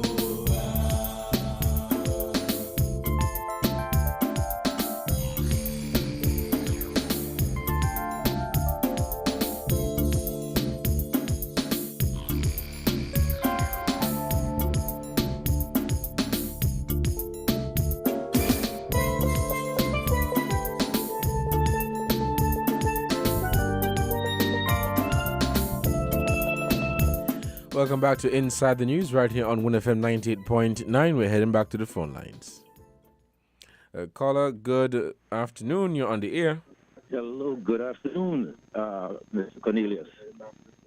Yes, good afternoon. How are you? Yeah, I just like to make an input here. Sure. That last caller said Dr. Janice Daniel Hodge says she's going to do things quietly and in-house. First, I have to get in house. They first have to get in house. And right now, quietly, what they're saying, I haven't heard anything that would interest the people of the US. I mean, we need to get the... Mr. Moderator, you had a program last week where you had Mr. Larry Vaughn on. And whereas he had some information, I found he was very disrespectful to one of the callers in particular. A caller who, in my impression, has a lot to offer. And should be listened to. Instead of that, Mr. Vaughn was at one time shouting over the caller and distracting the caller for no good reason. And I am calling on you, Mr. Moderator, to step up your game. You're the moderator. You should control the program. Do not allow your callers to disrespect your guests, and not allow your guests to disrespect your caller. That caller in particular, he was on, sorry, not the caller, that guest in particular was on with another guest. And whereas I find you gave him an inordinate amount of time, which is your right, I think it would have been better if you had given the two guests equal time. I find when the other guest was on, you allowed Mr. Vaughn to interrupt at will and shout over everybody else. And he did not have all the correct information. There was a lot of things that he said that wasn't correct. And people could analyze it and see where he's going. Thank you very much, sir. But before you go, let me ask you this. Uh-huh. Did you listen to the program when the caller that you're referring to called in and suggested that Mr. Vaughn was here to represent the St. Nevis Labour Party, and he asked the caller to retract that statement because that is not so. And the caller did not make any attempt to do so. Don't you think that was disrespectful against the fact that at the beginning of the program, Mr. Vaughn made it clear that he was not here to represent any political organization? That's one. Number two. That's one. The answer to that. Hold on, before you go, before you continue. That's one. No, Number two. I'm not going. Let me answer this one. Okay, sure. Go ahead. No, so Sure. that and then you could put another question. Sure. My opinion on that is that Mr. Vaughn was there to represent himself, right? He was giving his opinion.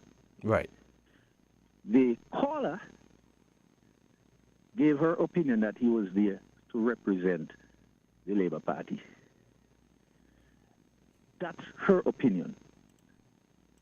I think at this era, we should learn to respect each other's opinion. Not fly all over somebody just because they have a different opinion to you.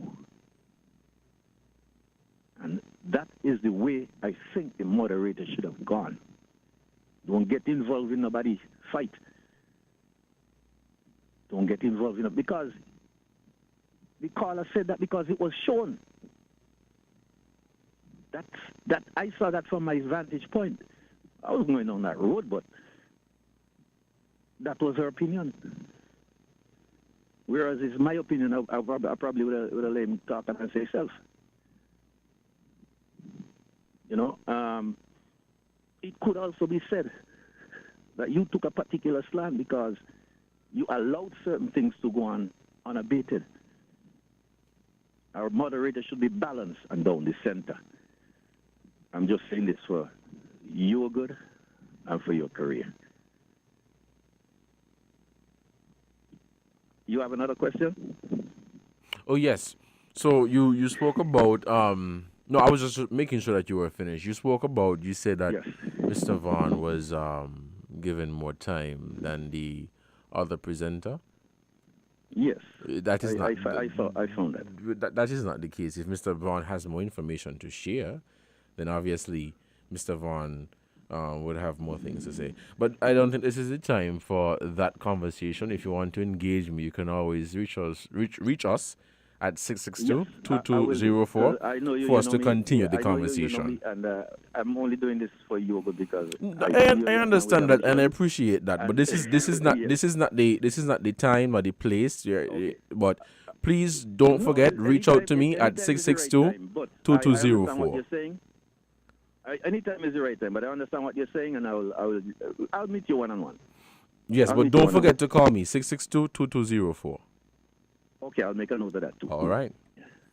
God, you take care, man. It is 20 minutes past the hour of 1 right here in the studios of WINNFM 98.9. I want to make a point here that I think is necessary to be made. And, it's fine when people are, giving their feedback. Absolutely fine. But I'll say this. And I've realized, over the past, let me say 2 years, no, not over 2 years, maybe less than 2 years. And I agree with the point the caller made, that we have to respect each other's opinion. And I am totally in support of that. This is not a matter of taking sides to say that this person was right and that person was wrong or the other way around. We have to be able to respect each other's opinion. But I'll say this too. We cannot be selective or pick and choose when to hear and what to hear. And we cannot, when it is convenient, hear what we want to hear and disregard everything else. Because, in my opinion, that is disingenuous. And I've seen this time and time and time and time again. Don't get me wrong. I am all for people respecting each other's opinion. That is why when you call here into any of these programs, whether it be Voices or Inside the News, you're allowed to give your take on a particular matter or topic, whatever the situation may be. But it is one thing that I will not tolerate, is people who want to be selective with their hearing and pick and choose when to pick out things. That is, in my opinion, disingenuous. And trying to insinuate and suggest things when you have no facts to back up what you are trying to say. That is not the approach that anyone should take. I am for people respecting each other's opinion. If this is your position on a particular topic, that's absolutely fine. And I understand that we're not always going to agree, We're not always going to agree. Because really and truly, I mean, you don't want us to always agree on everything. For me, that you're not going to have a very interesting conversation or discourse. But I believe in respecting people's views. And even if your view is different to that of another caller or even mine, I totally stand for respecting each other's view. But I want people to understand that it is disingenuous to pick and choose what to hear and when to hear it and try to insinuate things. But I understand too that that is how things will go and that is how things will operate. When you call here, whether it be into Inside the News or Voices or any other program that I host, I make it my business to give people their time to express themselves. Whether they saying something that I disagree with or they are saying something that I agree with, I believe in giving people their time to express themselves. But on one hand, we can't pick out and say that this person was disrespectful. And on the other hand, that person wasn't. I'm definitely not for that. But as I've done before, and as I will continue to do, you call into the program, you have a particular point to make on a particular topic, you are given the time to do so. I think it would be unfair for me to try to block anybody from giving their view and opinion on any matter. And that is certainly not my intention. So when you call, you give your view. That is your view. And you stand by your position. You stand by your view. You stand by your opinion. And I totally respect that. Let's head back to the phone lines at 466-0989 or 762-0989. Let's take this call. Caller, good afternoon. You're on the air.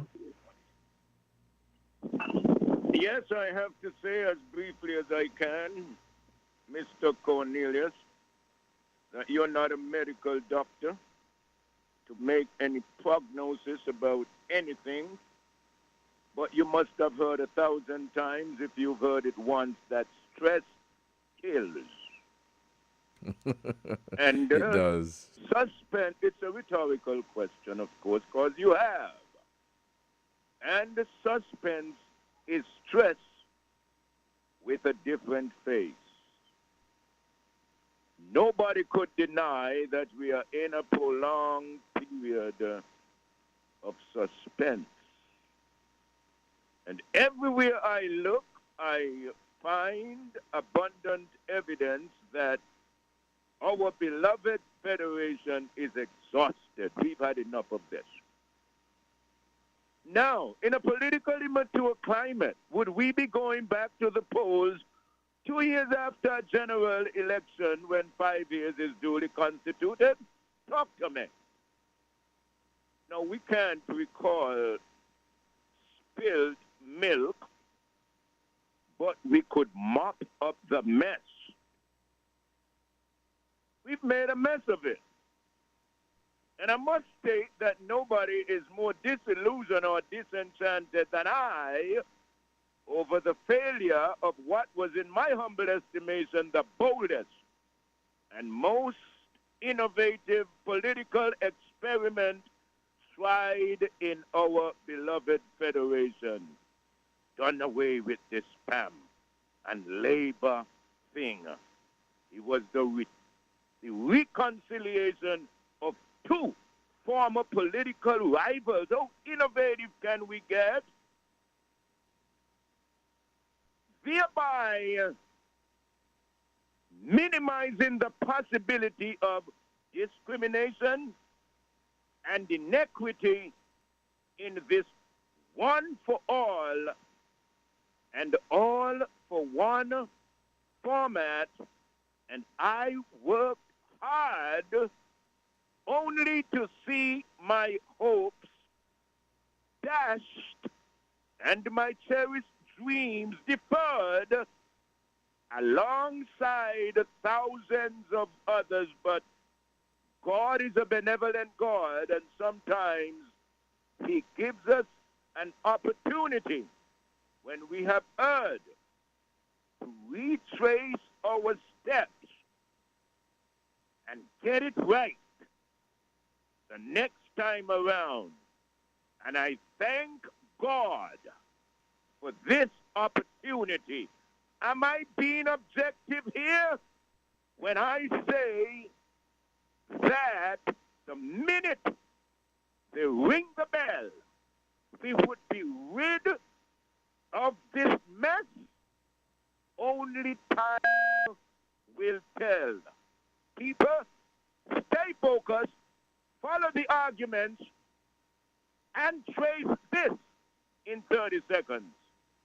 Listen what it's all about. It revolves around money. Naked and shameless greed under the tattered robes of public service. I say that I had enough of it. What say you, Mr. Cornelius? It's a rhetorical question, of course. Don't compromise yourself. Good afternoon, folks. All right, caller, thank you so much for your contribution to this program. And of course, this brings us to the end of this edition of Inside the News right here on Win FM 98.9. It is actually exactly 1:30 right here in the studio. And so we're going to bring this program to a close. Thank you so much for your contribution to this program. I've been your host for today, Devon Cornelius. Until next time, you guys stay safe and take good care. Those of you on the live stream, Facebook and YouTube, thank you for your contribution as always. And you guys continue to enjoy the rest of your Saturday. Stay tuned to WinFM 98.9. We have coming up at 3 o'clock, the Backyard Show with Ruckus H.E. and DJ Jed. And of course, at 6 p.m., we have the Daily Sports and Newscast. So at 3 p.m., we have the Backyard Show with Ruckus H.E. and DJ Jed. And at 6 p.m., we have the Daily Sports and Newscast. This is WinFM 98.9. I'm your host for today's edition of Inside the News, Devon Cornelius. You guys take care and enjoy the rest of your Saturday. We're different. We're 98.9. 98.9. Win FM. Everybody